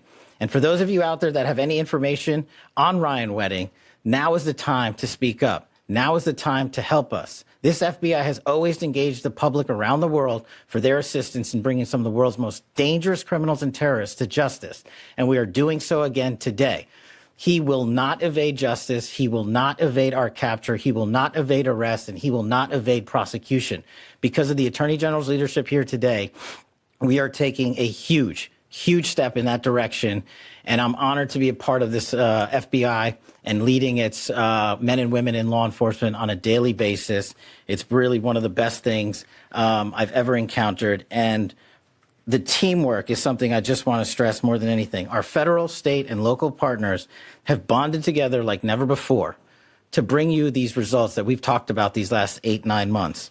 And today is just yet another example of a historic achievement for the Trump administration in safeguarding American lives. Your 87th Attorney General Pam Bondi, your 9th Director of the Federal Bureau of Investigations Kash Patel, Deputy Attorney General Todd Blanche, among other law enforcement officials, including from our friends up north in Canada on this case, announcing Ryan James Wedding wanted by the FBI in that top 10 list for alleged drug trafficking, and is apparently operating throughout Central and South America. If you approach him, be very, very cautious. He is allegedly protected by extremely dangerous cartels and foreign terrorist organizations and may have changed his appearance in the process, so may no longer look as easy as those Olympian photos did from yesteryear. As we thank mypillow.com/RSBN, the early Black Friday special, My Slipper Original, now under $40. It was at $150 before, but $39.98. Call today. Do not delay. 800-836-7566. These are quite comfortable. I have a pair myself. And Mr. Mike Lindell, the master marketer, as President Trump puts it, over 2,000 different products there at mypillow.com/RSBN. Save with code RSBN. Support Mike Lindell, a good man making everything in America, right in Minnesota, the great state of Minnesota. Heck, he might even be the next governor. We'll see what happens there with the early Black Friday sale and special. My Slippers now $39.98. mypillow.com/RSBN. If you'd like to donate, rsbnetwork.com/donate or text RSBN to 801801. A check or money order can be received at 1550 Opelika Road, Suite 6, Box 344, the loveliest village on the plains. It's Auburn, Alabama, 36830. That's 1550 Opelika Road, Suite 6, Box 344, Auburn, Alabama, 36830. Thank you for your support on the right side of history as we bring you unbridled access to your 45th and 47th President of the United States, your 50th Vice President, and the 119th Congress. We dearly appreciate you and all you do for us as viewers here at Right Side Broadcasting Network, and we look forward to these 2026 midterms and getting your take on what's sure to be another historic election. For all America First updates and exclusive offers, you may visit rsbnetwork.com/newsletter. Please like, share, and subscribe so you can dive into the written word and not miss a minute of your favorite live desk in all of these great United States of America.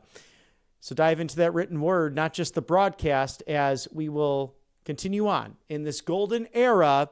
As we bid you adieu today, in case there's any breaking news, we'll be right here with you at RSBN. In the meantime, for my colleagues, I'm Robert McNeely. Have a wonderful day. May God bless you, and enjoy this playback of Cristiano Ronaldo and President Trump. It is CR7 times 4547 on the White House colonnade.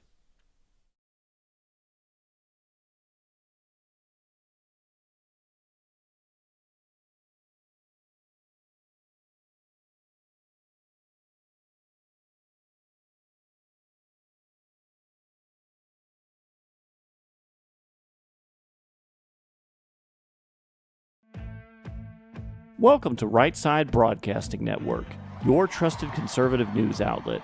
At RSBN, we deliver the truth when the mainstream media falls short. Since 2015, we've proudly broadcasted every single one of President Trump's iconic MAGA rallies, bringing you the excitement and energy live before anyone else. By watching RSBN, you get an unfiltered front row view of the action on the ground. We interview the crowds to give a voice to millions of Americans just like you. We show you President Trump's speeches in their entirety, free from interruptions and censorship. We cover the stories that matter to you with the integrity and passion you deserve. Thank you for choosing RSBN as your home for America First News.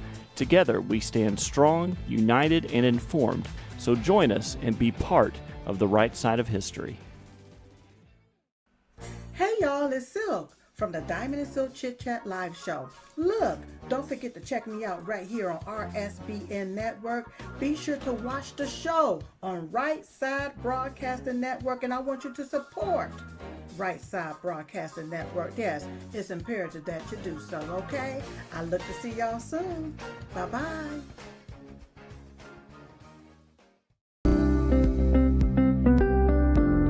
allfamilypharmacy.com/RSBN. You can scan that QR code now, RSBN10. That is the code, easy to remember, for 10% off. This is ivermectin, hydrochloroquine, antibiotics that will save you and yours from bacterial and viral infections, NAD+, and much, much more. 200 essential medications and emergency medical kits, the meds you trust delivered to your door.